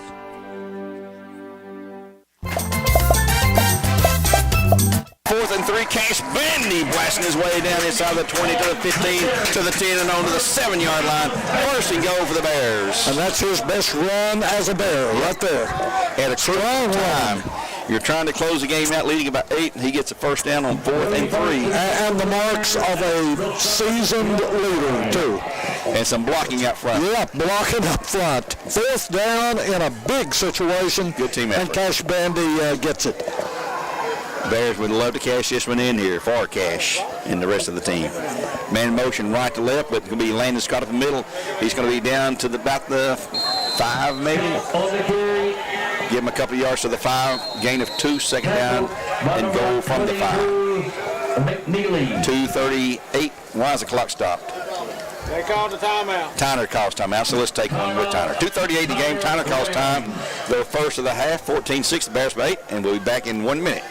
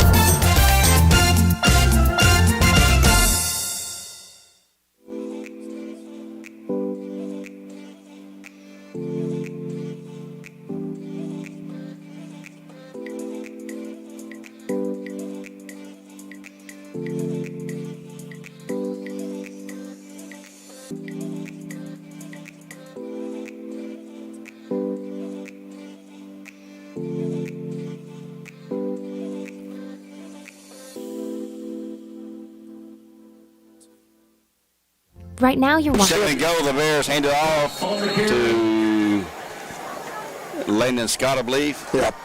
And he got tripped up right there. He and Cash got their legs tangled up. Going to be third and goal now from the 5-yard line. Third and goal. Yeah, thank you. Bill, you want a burger? No, thank you. Tyner. And Tyner will call another timeout. That's going to be their second of the half here. Let's keep it here this time and get you some scores. Maryville up 24-0 now over Knox. Also, it was Alcoa leading Beard 21-14. That game is at Beard. Greenville 21. Dobbins been at 0. And Greenville, that's still in the first half of play there. They have a rain weather delay up there. Sevier County up 28-14 over Jefferson County. Yep, Alcoa still 21-14 and third quarter over Bearden. Let's see who else we got of interest here. Maryville 24-0 over Knox Central. That's in the third quarter there in Knox Central. So they're way behind us down here. Powell 21-7 over Farragut. Farragut took a loss last week. That's our region folk coming up down the road a ways. Look at Bendy is close to the goal line. It's going to be up fourth down. Fourth down and go from the 3, looks like. Gain of 2. See what the call will be for the Bears after the Tyner's turn. 2 timeouts. Clock's at 2:12 to go. They'll mark him at the 3-yard line, Gary. Bears probably called 2 different plays during that timeout in case he didn't make it. And someone's called timeout. The Bears have called timeout. They'll take the first. Let's take one with them this time here for Milligan Bain. We'll be back at 2:08 into third, or fourth. 14-6 the Bears over the Rams. Back in 1 minute on ESPN Cleveland 101.3. Call for a minute. Yeah.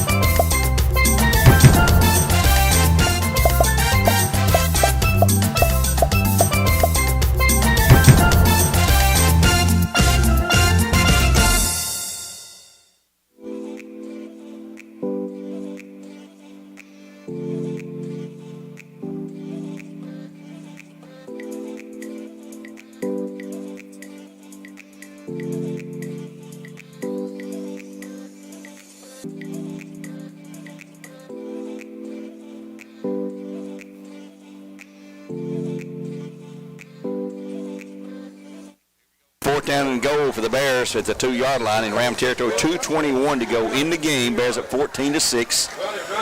Cash will run it himself, and he will be stopped and will. Oh, he's lateral back, and he stopped at the 1. Brady Lewis took a lateral. Somehow that missed down to the 1-yard line. So Tyner, there's a flag. Oh, that's going to be. That's on. I believe that's on Tyner. If I caught the officials pointing. But the ball is still going to go over, right? Way after the play was over. Yep. We got it to the 1-yard line. Brady was, Cash was caught in the middle there, and he pitched it out there to Brady Lewis somehow. Who moved it a couple of yards, but got shut down there at the 1. This is probably unsportsmanlike conduct penalty, writing it down. And usually if they're writing something down, that's not a good sign. They're going to mark off half the distance, which is 1 foot step, 1 length of the shoe there. And I never received the call. It was on them for 1 yard. Unsportsmanlike conduct, I'm sure is what the call is. 2:08 to go in the game now. Yeah, it's really about a foot penalty, but I won't call it a yard. Tyner is backed up deep in the end zone. Even the offensive linemen are in the end zone. So Price under Bradley showing blitz here. Here comes everybody, and they're going to throw it out. Oh, that should be, it's just incomplete, I guess. 2nd and 10. He had nobody. He was under tremendous pressure. Wally Suskowitz right in his face there, forcing him to throw it out of bounds. Clock stopped at 2:01. There's Cleveland, 14-6 lead here. We'll have our player of the game following the game. Brought to you by Dell's Heating and Air. We'll have our stats brought to you by Waste Connections. And our post-game interview with Damon Ford, we're hoping. Price out of his end zone. Handoff man in the middle. He's going to break through. He's going to have yardage out to the 5, maybe the 6 or 7. It's going to be 3rd down. About the 6, I believe. And now they're moved up to maybe the 7-yard line. Yep, it's got to get out just beyond the 10. So it's going to be 3rd down and right at a long 4, nearly 5 to go. Minute 36, clock running. And there's a flag on the Rams, I believe. No, time call for the Bears. Time call for the Bears. Let's take one more time out here at 1:31 in the game. 14-6 the Bears over the Rams. Back in 60 seconds here on ESPN Cleveland 101.3. Right now you're wondering, what's next? Well, Lee University specializes in helping you find your next path. Your education. Your calling. Your faith. Wherever you feel led, we know you can make a difference. That's why your Lee family will be with you to guide the way. No matter what twists and turns lie ahead, you can expect something great from Lee University. McDonald's is honored to serve our communities. McDonald's would like to give the opportunity to come join their team at one of their 11 locations. McDonald's has 5 locations in Cleveland and locations in Athens, Sweetwater, Madisonville, Etowah, Ocoee, and Ottawa. It's as simple as texting APPLY to 38000 or dropping by one of their 11 locations for an application. They offer flexible schedules, tuition assistance, and competitive wages. Come join. Time back in for the Rams. We had one man shy. Now it's going to be 3rd down and 5. Price back in his end zone under pressure. Ball out in the flat is going to be complete. Back at the 1 or 2, and he's going to be caught down at the 6 or 7. It's going to be 4th down. That pass caught. What are they going to do now? 18. That's going to be Cunningham on the catch, number 18. And he will gain 1 yard. It's going to be 4th and 4. And if you're Tyner, why not go for it? Yeah. Minute 12, clock is running. You have no timeouts remaining. You're down by 8. But Bradley's got to be aware they cannot let him get loose here. Can't let him get a first down, actually. Price back looking. Passing situation, back looking. He's going to step up and run it. He will have the first down. Well, he had it, and he cut back. We're going to mark him out. Yeah, he's going to get forward progress. And one of the Bears picks up a loose ball, says, I have a touchdown. The referee says, we've got a first down for time. The clock should be stopped. Now and 10 for the Rams. Well, isn't it? No, it's a first down. Yeah, it's 1st and 10. Yeah, to the 12. I don't know if they stop it on first downs. They haven't been stopping it. And they're going to spike the ball. Coach Maynard's out there. He is pitching a fit. Clock's at 30.1. And it ran about 20 seconds off. Yep. And they may put some time back. Here comes the head official to the sideline. They've been running on first down. Now he's going to come on top to Coach Damon Floyd. And they're going to put some time back. Yeah. 2nd and 10 for the Rams. 35 back, he says. 35. That's what Damon said.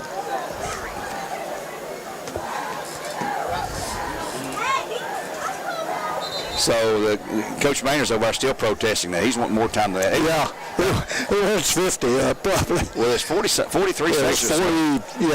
40-something seconds. He's not a happy camper. Tyner down 14-6 with 35 seconds to go. They have no timeouts remaining. They spiked the ball, so it's 2nd down and 10. They're at their own 12-yard line. So they're going to have to go over the top somehow, some way is what they're going to do. Bradley's probably going to be more than a And the clock has started. And now, boy, he is over here. He's going to get flagged. He is way out of the box. Why did it start? We actually have someone who doesn't know how to keep time, I'm guessing. I don't know. It was at 35.0. It rolled down to 25.1. And it was 2nd and 10 on the play. It was a running play. They had no timeouts. Clock should have been running, I guess. Let's see what the official says here. It's coming to the sidelines. They're going to put some time back on. Back to 35. Damon's getting the call. He's going to signal up here. Watch Damon. He'll tell us. They got it back to 35 now. It's okay. Shouldn't have started is what they're saying. Put it back to 35. Yep, that's what they're doing. There we go. Maybe. 2nd and 10. 35 seconds to go. Coach Maynard, you could fly an egg on his head right now. Well, they've got wide receivers everywhere, don't they? Yeah, Bradley's deep back in prevent defense. Here's a pass complete down the flat to the 20 to the 25. And brought down to 27. By Mason Goree and Wiley Suskwitz. Clock at 25. Tyner really rushing, trying to get Cunningham that lined up. That's 1st and 10. Mason Goree. Out to the 29-yard line. Clock is at 20.9, and they stop the clock now. 29. And they'll crank it again here in a moment, I believe. Bradley sending some players in, some players out. And here comes the official again to the sidelines. I'm not sure what's going on here.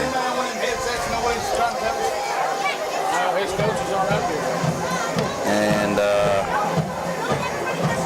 clock's at 20.9. Tyner trying to get lined up quick because I think they're going to crank the clock here. 28. No, now they're going to hold them up. Clock reset to 28 seconds. First and 10 for the Rams at their 29. Bears leading at 14-6. Haven't given a score in a while. 14-6 Bears on top.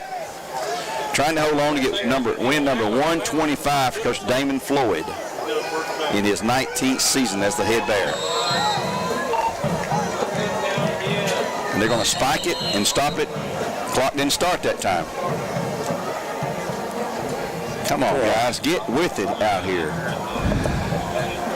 They're keeping the time on the field? No, he's got it right there. Let's see him over here talking. No, down there, Earl, on the field. I see, yeah. Now he's running it. The referee takes it away from him and says, if you can't run this, let me show you how to do this. Yeah. You push this button here and hands it back to him. That is typical Stacy right there. Let me show you how to do it. 26.3 seconds ago. Price back, looking, throwing long down the field, and he's got a guy out there, and he's got it at the Bear 40-yard line. At the Bear 40, trying to get up. Brad trying to hold him down. Clock stopped at 20.6. Cannot let this happen, guys. It's the one thing you figure. Who was that reception? Cunningham. I did not see him, Earl. Sorry. Clock running out 18. They're going to. There's a flag on the play. It's going to be on Tyner. This thing will never get over. Now they're back where the side judge called penalty, 5-yard penalty on someone. Offsides on the Bear. No, offsides on Tyner. They didn't get back lined up. Offside on the Rams. 5-yard mark off back to the Bear 45, or at the 44 actually. With 16.2 to go. I believe Anderson's quarterback now. Yeah, it's not Price. Yeah, it's number 7, Anderson. Yeah, it's a different quarterback, right? Tyler Anderson. And here we go with 16.2. The clock will start on the snap. Anderson back, looking, under pressure, throwing it long down the field. Down the field's going to be incomplete. Had to wait on the far side.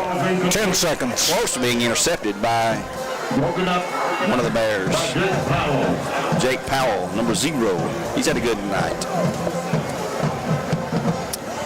10.3 to go. 3rd and 15 coming up. This is a little too scary here. 3rd down and 15 for the Rams. 3rd and 15.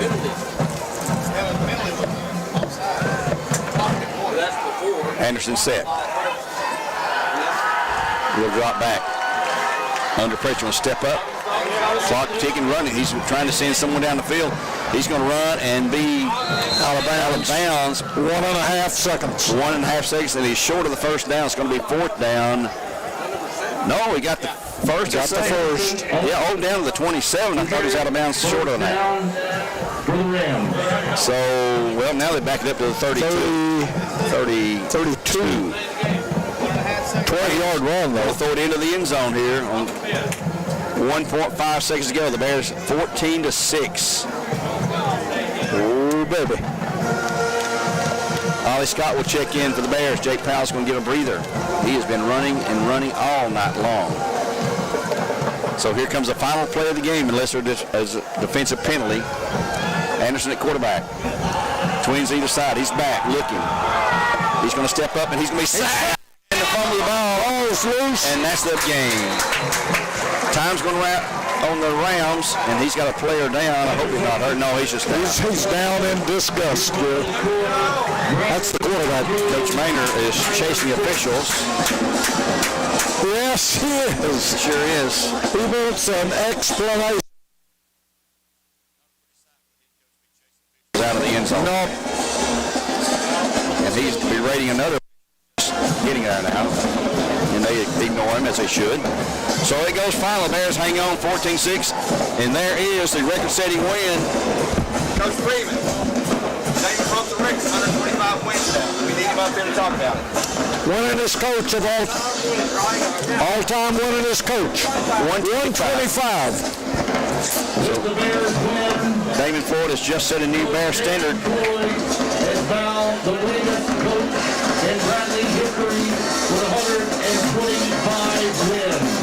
And a big hand for Coach Damon Floyd as that's announced over the PA here.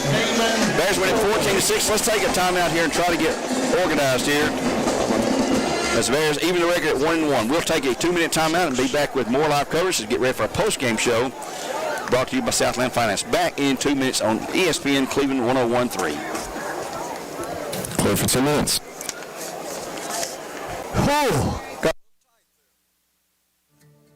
CRCC to me is a calling that God placed on my life to really step out in faith on something that I didn't think I could do, and it's been amazing to see how God's worked through it.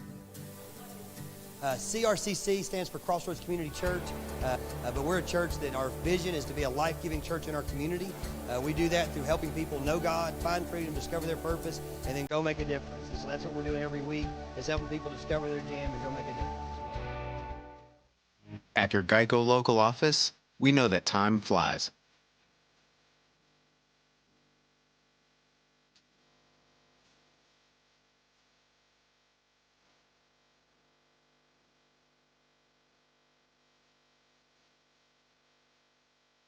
But when you bundle your coverage with Geico, you could save money all year long.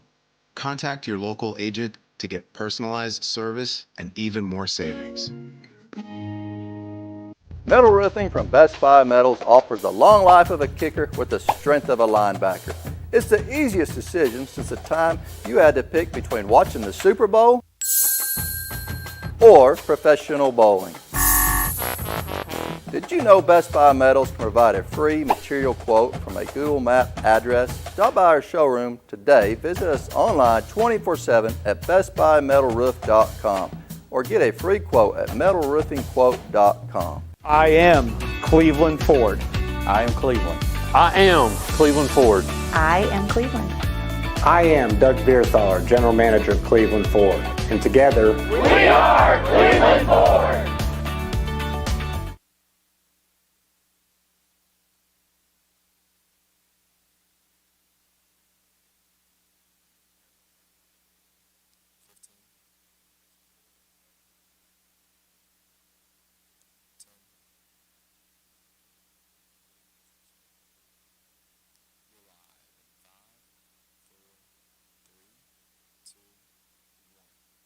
Back here at Bear Stadium, it's gone final on the ESPN Cleveland 101.3. Gary on with Earl Rowan bringing you action tonight. The Bears win at 14-6, giving Coach Damon Floyd the all-time Bears winning record for 125 wins. He just eclipsed Jimmy Lovell, who this stadium is named after. The field is named after. It's Bear Stadium, but Jimmy Lovell Field in the game tonight.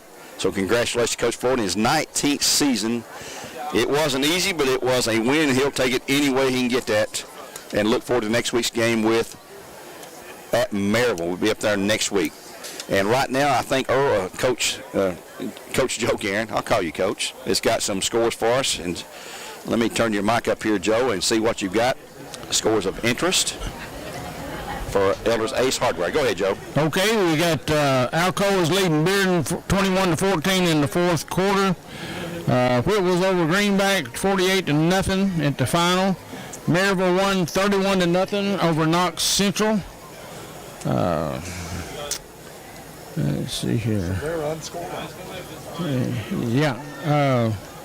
Meigs County and Hickson are tied 17-17 with 1:38 to go.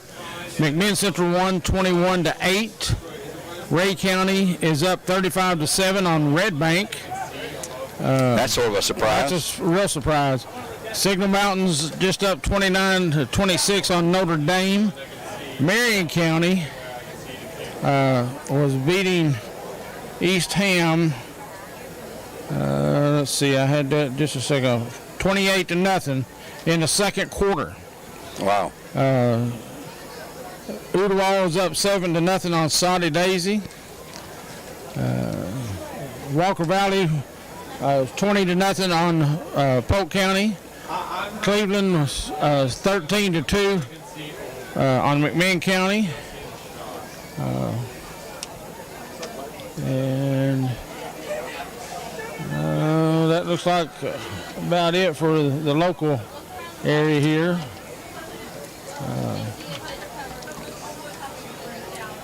So we got Bearden winning the game over Alcoa. That's not final, but Bradley has won tonight. Yeah. Cleveland's winning over at McMinn County. Yeah. Farragut losing at Powell. Morristown East Hardin Valley. I hadn't seen anything on that one tonight. I'm not sure. They might have got delayed. We had a game canceled. Science Hills game was postponed completely. Must have had some bad weather there. And Maryville's beating Knox Central pretty handily. We got an update for the north end of the county. Walker Valley's now up 27-0 on Polk County. Looking ahead next week, the Bears, of course, are going to be on the road at Maryville. That'll be their first region game of the year. Bearden will be at Anderson County. That's their first road game of the year. It's not a region game for them.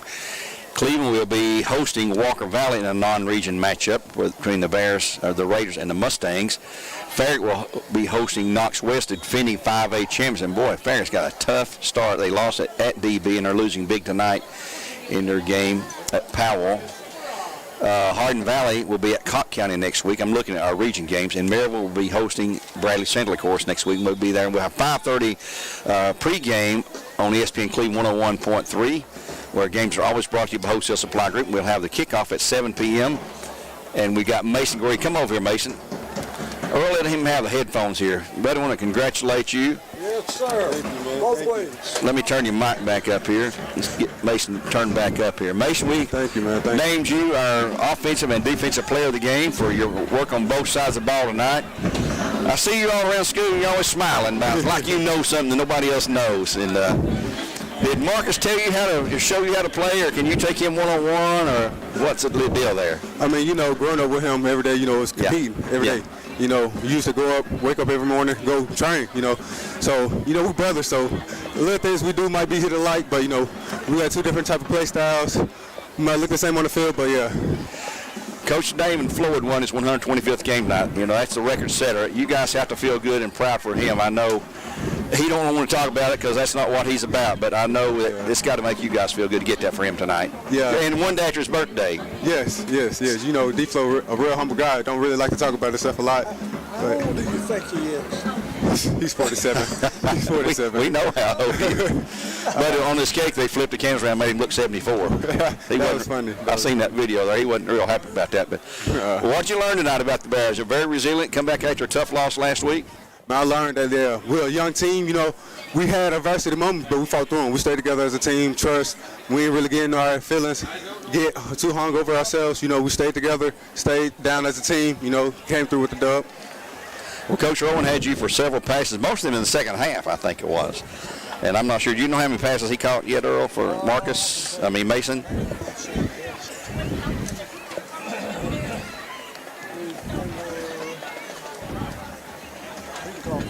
5 passes there, and a good night there. It looks like you're becoming the go-to man on the receiver. Is that the way it's working out, you think? Or yeah, you know, that's how we plan out to work it out. You know, Tyree's 1A, I'm 1B, so whenever. And then we got big Brady down there at tight end, another option. So however it looks, you know, just take the advantage of how the defense set up. What do you need to work on to get better as a Bear? I say work on just becoming a better leader, a better teammate. You know, I feel like I'm doing good, but I feel like I can still step it up, you know. You're a senior. I'm sure you'd like to play college ball, wouldn't you? Yes, sir, most definitely. Where would you like to play with your brother at UT? Most definitely. That's what I want to play. That's what I love to play, next to him again. Well, keep up the good work, and maybe that'll come true for you. Yes, sir. Pardon?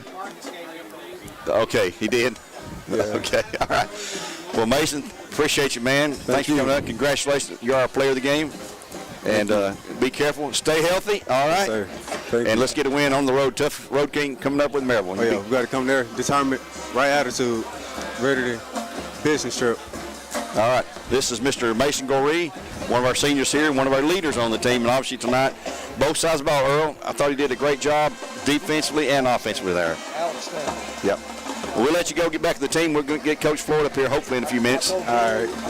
And here comes Coach Floyd right there. All right. To get Mason involved in the offense.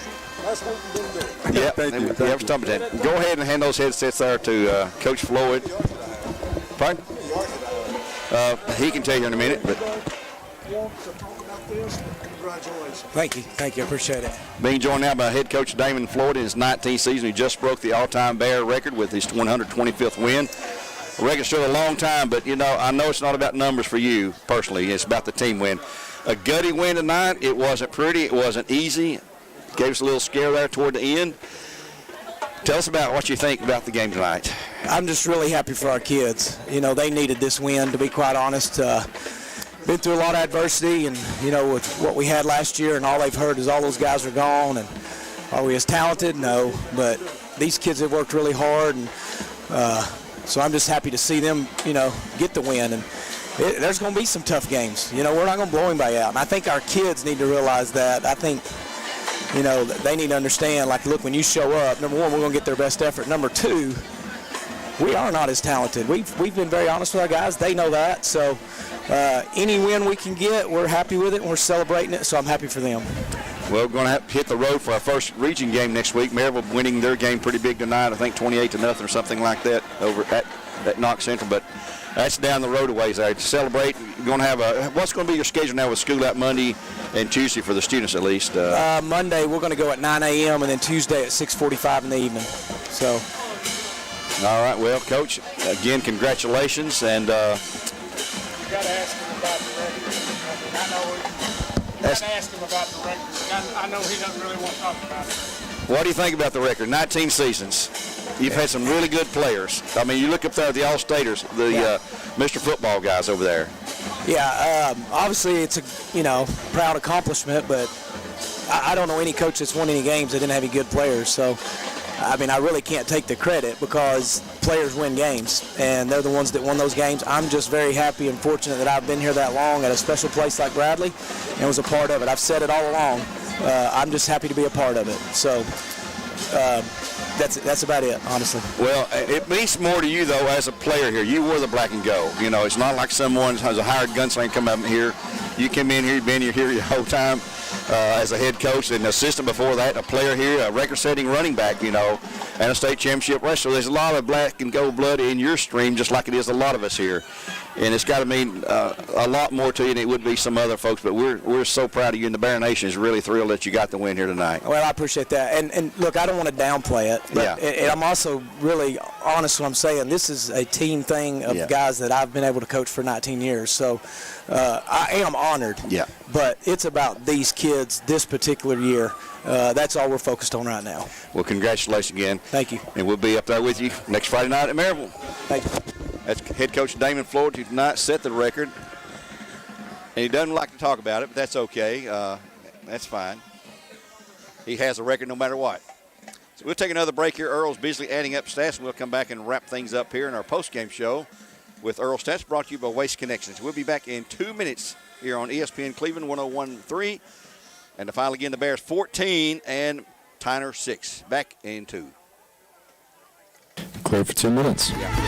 My thoughts are with you, holding hands with your heart.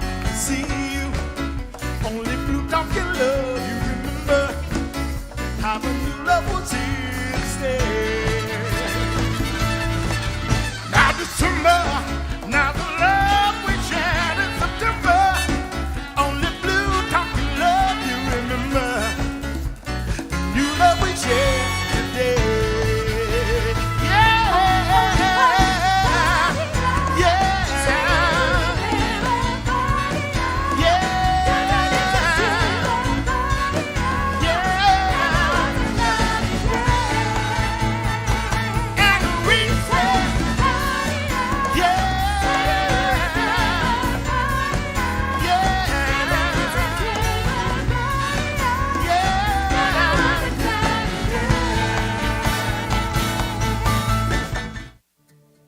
CRCC to me is a calling that God placed on my life to really step out in faith on something that I didn't think I could do, and it's been amazing to see how God's worked through it. CRCC stands for Crossroads Community Church, but we're a church that our vision is to be a life-giving church in our community. We do that through helping people know God, find freedom, discover their purpose, and then go make a difference. And so that's what we're doing every week, is helping people discover their jam and go make a difference. Metal Roofing from Best Buy Metals offers the long life of a kicker with the strength of a linebacker. It's the easiest decision since the time you had to pick between watching the Super Bowl or professional bowling. Did you know Best Buy Metals can provide a free material quote from a Google Map address? Stop by our showroom today. Visit us online 24/7 at bestbuymetalroof.com or get a free quote at metalroofingquote.com. I am Cleveland Ford. I am Cleveland. I am Cleveland Ford. I am Cleveland. I am Doug Beerthaler, General Manager of Cleveland Ford. And together, we are Cleveland Ford.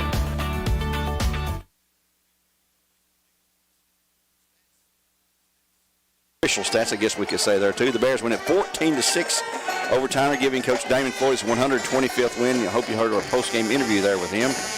Talk about that. And Damon has always wanted to deflect the credit and accept all the blame when any things are going good or bad. He says it's about the kids, and that's all it's about. He's honored to win, as you heard him say, but it's about the kids. And if you know him personally, like I do, and a lot of folks know, that's the kind of guy he is. But he's always concerned about his kids. Take care of them, make sure they do things the right way on the floor or on the field or in the classroom or wherever they may be, representing the B, as we call it here. Bears win at 14-6, and if Earl is close to getting something ready here, we'll have the stats. Again, Cleveland was winning their game at McMinn County, and that got a late start because of the 8 o'clock kickoff. Ours started at 7 o'clock. Walk Valley with a 7:30 kickoff was winning over Polk County. Their score, I don't have either one of those for you right now at my fingertips. But anyway, the Bears close this one out here 14-6, go to 1-1. We'll be at Maryville next week here on ESPN Cleveland 101.3. Pregame at 5:30, kickoff at 7 o'clock, home of the Rebels. And as we've mentioned several times tonight, the Rebels feel like they owe the Bears something. They're the first team to lose to the first Maryville team to lose to the Bears in over 20 years, I think 24 years. I want to look this up and we'll have it for you next week. But the Bears beat them in the regular season, beat them here in the playoffs, and I think the second round it was. And then Bearden's the same thing. Bearden winning tonight in their game over Alcoa